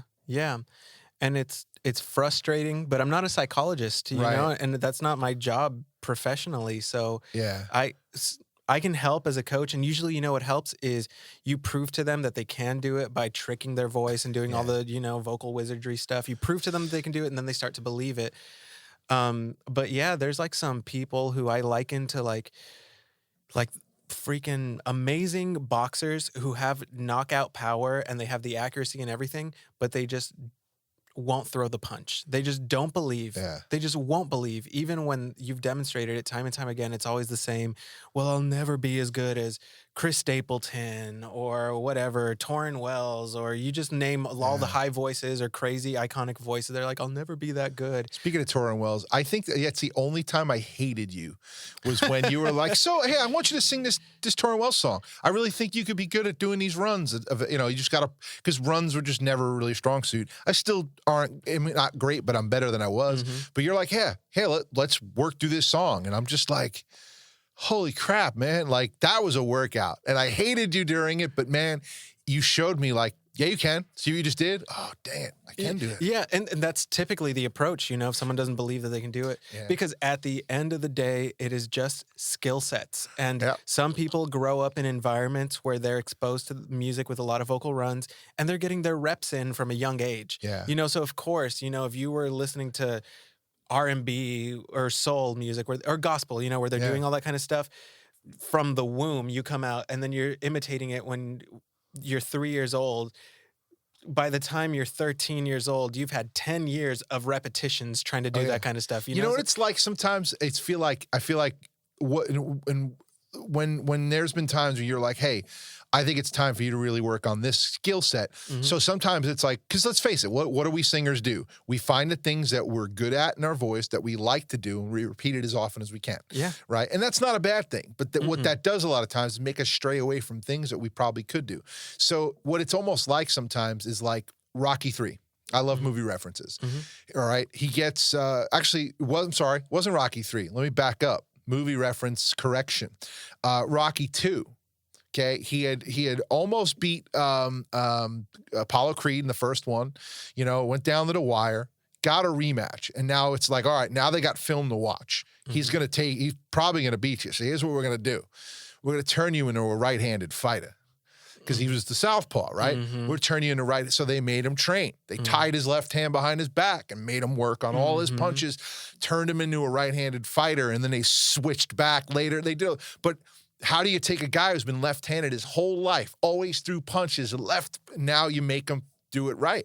And he hated it, wanted to quit, but you know what? It made him a greater fighter than he ever would have been. Now, granted, it's a movie, but that's a real thing. Yes, it is. You got to retraining. It's almost like you've been writing with your right hand your whole life. If something happened to your right hand, you can't write anymore, you would learn with the left. And in some cases, there's actually been stories of people had better handwriting with their left hand after that. Wow. Yeah, it's wild stuff.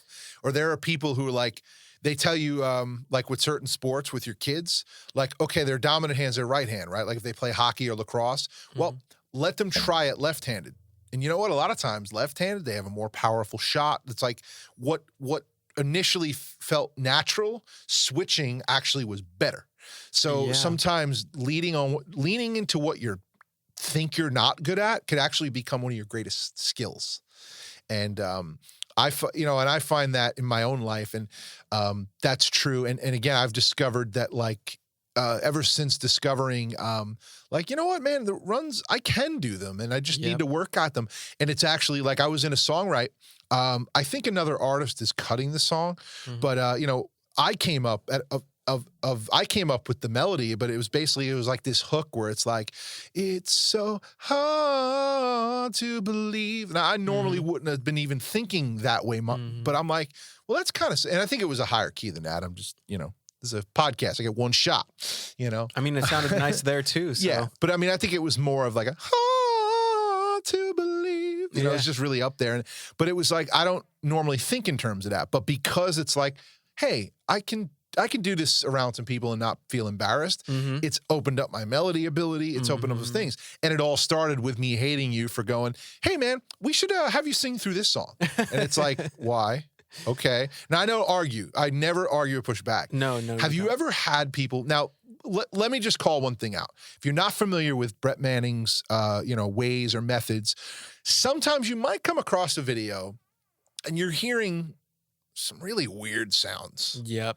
And of course, you might see these, if you're a vocal coach, like YouTube follower or whatever, you might, some of these people go, there's no practical application for that. But if you really understand what's happening, no, that sound, that thing is not what we're doing. That's leading you into something. It's a means to an end. It's a means to an end. You have to understand that. Have you ever had somebody come in, for argument's sake, like there's a scale maybe where it's like, like, have you ever, whatever, have you ever had anyone be like, I'm not doing it, so that's stupid. That's really stupid. Why would I do that? And like question it and get all weird about it. Because it is weird. Yeah. Have you ever had anybody push back so much where they're like, I'm not doing that. Let's move on. Have you ever had that? Yeah. Really? Yeah. And as calm and low-key as I can be, I'm still a type A guy, so when they push back like that, they bring that out of me. Yeah. And say, are you the vocal coach? Did you hire me to watch you coach yourself, Yeah. And I'll explain to them, this is what we're doing. And if they're not receptive, I'll just say, I need to give you your money back. I can't coach you. Yeah. And usually when it gets to that point, they start going, okay, no, well, let's do it. Or suddenly they chill out. But, my family hates when my family, my band, guys have been like, and it's funny. I mean, I've been the butt of jokes because, and it's actually funny. If I just want to be alone, they gave us a trailer at a festival and I really wanted to be alone, but I'm not going to ask everybody to leave. So, okay, put my earbuds in, turn on one of my lessons from you. And I'm just like, nay, nay, nay, nay, nay, nay. And it just, I'll clear out the room real quick. Yeah. Yes. Sometimes that's not even what we're on in the video. I'm just like trying to be as obnoxiously too high as I can possibly make happen. But yeah, it's really interesting. And for Brett too, I mean, I'm sure Brett has taken various, like almost like a Bruce Lee took all these different varies of martial arts and made JKD. Yeah.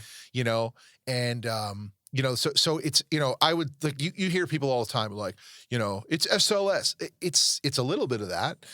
Or what about Bill Conto? It's got a little of that too. It's this hybrid of a lot of things that, I mean, again, I can't say enough about what it has done for me. And especially when I think what's sad is I wish more singers found, especially before a lot of people spend a lot of money making an album. Yep. I wish they found it and understand, like, okay, I have this vocal coach who understands all genres of music, who can go, well, cool.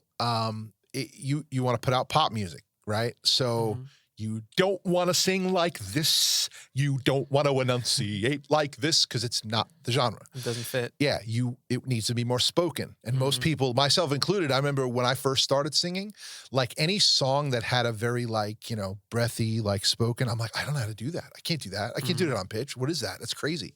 To where now it's like, oh, dude, because I've learned how. It's no different than talking. There's nothing special about it. But I think like me, I came into singing thinking everything was push and be tight and, and it's like, ooh. But it just makes me sad that like there's so much misinformation about there. So what do you wish more people knew about vocal coaching? One, how necessary it is, but like, I mean, I think that's a given. But like, what's the biggest misnomer that you wish just people just didn't have? If there's only one. That you're stuck with your voice type and that the skills of your voice, natural voice type is all you can develop. So many people believe that, and they'll tell me in lessons, well, you know, I'm a bass, so I can't get up to these notes. And Thank their high school choir teacher for that. yeah. Or just like, I don't know, maybe they read some things online and just came to that conclusion by themselves. And, you know, that's probably the biggest one, is people dictating what they're capable of because of their natural voice type. Right. There's that. And then just, of course, like, I wanted to kick a family member in the face one time because like, here I am doing, this is my career, right? This is what I do full time, singing. I teach singing lessons and I coach singers, you know. Sometimes it's not a lesson, I'm in the recording studio or helping someone at their rehearsal facility, but here I am. I've been doing this for years, and just everyone's got that one family member, you know. So it was one of my uncles, and he's like, "So what do you do?" Because now I'm not living in California and everything. And I tell him, "This is what I do," and then you see him just like get this smug, snobbish look on his face, and he's like, "You know what? You can't really teach someone to get better at singing." I was like, "Wow, so here's the professional. Please tell me what I don't know about my job and also my journey, because first and foremost, I was taking lessons because I wanted to be better at singing, and I worked with a ton of methodologies that didn't help me, and then I found one that did, you know, so stuff like that. But a lot of people believe that myth that like you either have it or you don't, Yeah. which is just so crazy. No, I mean, I think one could argue the idea of like, you know, okay, you know, you may not have a professional recording artist timbre, you know, that may not be your personality. You may not be able to emote to where people are going to buy your album, but you could sing. You want to sing a song? You could sing. Like, everyone can. Yes. Are you going to be as good as Michael Jackson was, or like a Freddie Mercury, or like these legends? Probably not. I mean, can you develop that skill? You can, but most people don't have that discipline. I mean, can you be Shaq, Kobe, or Michael Jordan? No, but you can still go play basketball. Yeah. You can still shoot halfway decent. Yeah. You know? Yeah, absolutely. It's just most people just won't have the discipline or the belief that they're capable of it. So if you already don't believe that you could ever be that good, you're never going to get there. Yeah. And then secondly, like if you don't have the discipline, like, but like with Mariah Carey, it was, unless there was some secret health thing that she never told us about, her technique was perfect. She was just impeccable, best diva ever, like in her heyday. But her lifestyle, she didn't have the lifestyle that could support high level vocalizing and high level performance of those muscles.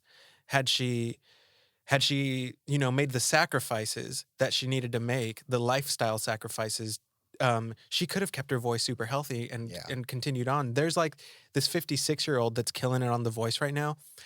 She's been a longtime backup singer for a bunch of A-list artists. She's Brett's like 20 years plus student. He's been working with her for this long. Wendy Moten, you can look her up. She's insane. At 56 years old, she's singing Whitney Houston songs, and it was Aretha Franklin's original song that Whitney Houston had done as well, and a couple of the other divas, singing it better than any of them ever did. Yeah. And not just technically, because, you know, technique is great, but emotionally, she is bringing the song to life like no one ever has at 56 years old. Yeah. So why did Mariah Carey only have 10 years? Right. Or 15 years, roughly. It was lifestyle stuff. So as we wrap up, I do have one question for you. Yeah. So if you were to, if vocal coaching just wasn't a thing, or, you know, if you were to leave vocal coaching to do anything, what would you do? What would you, what would be like? I mean, granted, clearly you're killing it. You're doing great. No need for a plan B. But if you ever saw yourself doing something else, what would it be? You know, life's not long enough to pursue all the different things that you love and you know, be at the height of that field as with others as well. But I really love academics. You know, I had a 4.0 through college, and I would love to pick up the torch that certain Christian academics have been carrying in the field of apologetics. That stuff means a lot to me. You know, a lot of these big apologists, like my favorite one is William Lane Craig. They have like gone into academia with a very rational presentation of the Christian faith, and have debated it in the place where it's disparaged the most, the universities. And he has had to learn physics. He's first and foremost a philosophy professor, but he was a research professor, I think now at Biola University. So he's lived this life and this career where he's debated all these massive academics and famous atheists who say that God isn't real, and he presents a rational defense and presentation for the Christian faith that is so ironclad that these guys look like fools after debating him, and they're all smug and talking, all of that kind of stuff. So, like this is like scraping the surface of his work. But Richard Dawkins wrote this book called The God Delusion, and he just picked it apart. He's like, just argument by argument, exposing logical fallacy after logical fallacy. So, so I would love, in a different life, to go the academics route and to continue carrying the torch and to,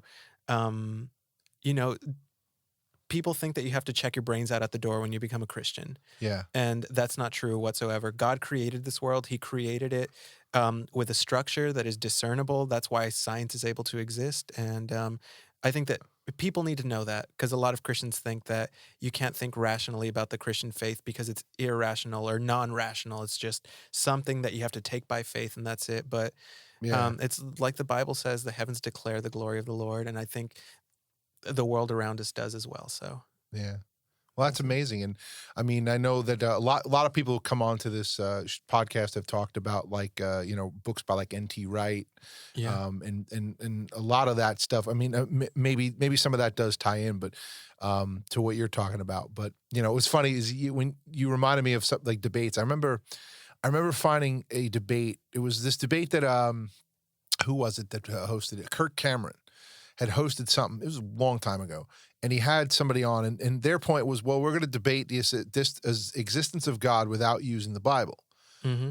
Only that multiple times throughout it, they quoted scripture. So it's like, well, wait, you blew it, Mm-hmm. And I realize it just because it's hard not to point to the mistake that I feel like they made. I feel like they could have connected with a lot more people. Was they made a reference to something and then went like, and what that backs up is this scripture. It's like, wait, you said you weren't going to use the Bible. Yeah, Guys. And then, so you're going to have a lot of trolls, and they've deleted and removed all comments from any YouTube that exists of it. But it's like, man, that's a struggle. And I think that that's actually very needed nowadays, what you're talking about. So maybe that's a side hustle you can do, in the future. Like, I would love to just promote it, because C.S. Lewis was the first famous one. Yeah. And he was an academic, and he was a hardcore atheist. Not only was he, not only did he not believe in God, he wanted to turn people away from God. And then he ended up writing one of the staple first massive apologetics book ever called Mere Christianity. Yeah, a lot of people talk about that book. Yeah. That's amazing. That exact book was just recommended to me. Someone told me to read it. Yeah, it's still amazing. Yeah. And people have picked up the torch since C.S. Lewis, but yeah, that is an amazing one. And there's just people who have gone into science and said that no, there's no science that's invalidating it. The crazy field right now is just quantum physics. So they do a lot of crazy thought experiments in quantum physics, and they say that the world really doesn't have the structure that we think it has. It is unpredictable in many ways, and so anyway, a Christian needs to be very well versed in that, I think, to continue saying that belief in God isn't irrational and that God does not exist. I would love for that. I would love for that debate to involve like a Neil deGrasse Tyson guy. Yeah, because like he was on a podcast I was listening to once, and someone straight up just asked him like, does God exist? Now he didn't necessarily say no. He's like, listen, he goes, all my years of study, this is his exact words. He said, all my years of studying the universe around me, I don't see anything. I have not witnessed anything benevolent going on. And it's like, okay, maybe not out in space, bud, but look, take a good look at the world. Look at some people's lives. How can you deny that something benevolent is not happening? It's so obvious. But the problem is, I think that people mistake God's benevolence a lot of times for just life. For argument's sake, like, someone's in a car wreck, right? It's like, God put me through this. I don't think he did. It's just life, man. Accidents happen in life. Yeah. It's the provision that you maybe, wow, maybe like financially like this, I didn't see I didn't see anything working out, but then this, that, the other thing kind of happened through it. It's like, see, there's God's benevolence working through it, Absolutely. and it's like, it's so obvious. And I have to remind myself how obvious it is because of church hurt, things that you see in the world that just suck, things that happen to you that are just like, God, you called me to this thing and then this happened. What are you even there? So I think that there's a lot of craziness that happens, but I would love for a debate. I'd love to someone like him who's so well respected for his opinion really be sort of shown the light in a very, very, academic way, because a guy like him has such influence. It's, Of course. And he's got a lot of charisma and all of that. So I know why people like him. You ever see the Key and Peele skit where they kind of made fun of him? Yeah. I love those skits. And that's not really a logical argument against the existence of God, like all the bad things that happen in the world, but it is an emotional one. And sometimes we're more emotional than we are logical about things. Because I've definitely been through some things where it shakes you up and you want to question, does God really exist? Yeah. Do you really have my back? Right. But not for rational reasons, just for emotional reasons. Right. But yeah, I mean, God didn't give us everything. We still have to trust. Yeah. We don't have the answers to everything right now. That's true, man. Yeah. But dude, it is awesome to have you on here. It was really, I think this podcast could easily be 4 hours. I think you and me are such rabbit hole chasers. Yeah. Like part of me is like reflecting, going like, how did we go from here to there and back? And like, this is exactly what I wanted. Like, you're a vocal coach. Cool. That's a small portion of what we talked about. And I think what I like about it, and I think what guests enjoy about it is like, oh, cool. Like finally I get to show someone I'm more, that seems really cool. And, man, so if people want to like reach out to you and connect with you, get a vocal lesson or something like that, what's the best, maybe social media, what's the best way for them to contact you? Yeah. 3 different ways. You can DM me on Instagram. My handle is @MezaBenny. That's @MEZABENNY. You can email our studio it's support@singingsuccess.com and tell them that you heard about Benny Meza. There's a Ben at work, so make sure you say Benny Meza.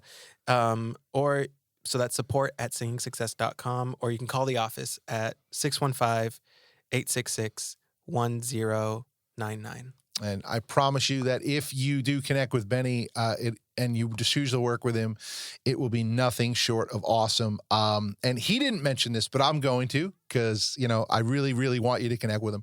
So if you're watching or listening to this podcast going, well, dude, I live in California. How am I going to take voice lessons in Nashville? They do lessons over Skype.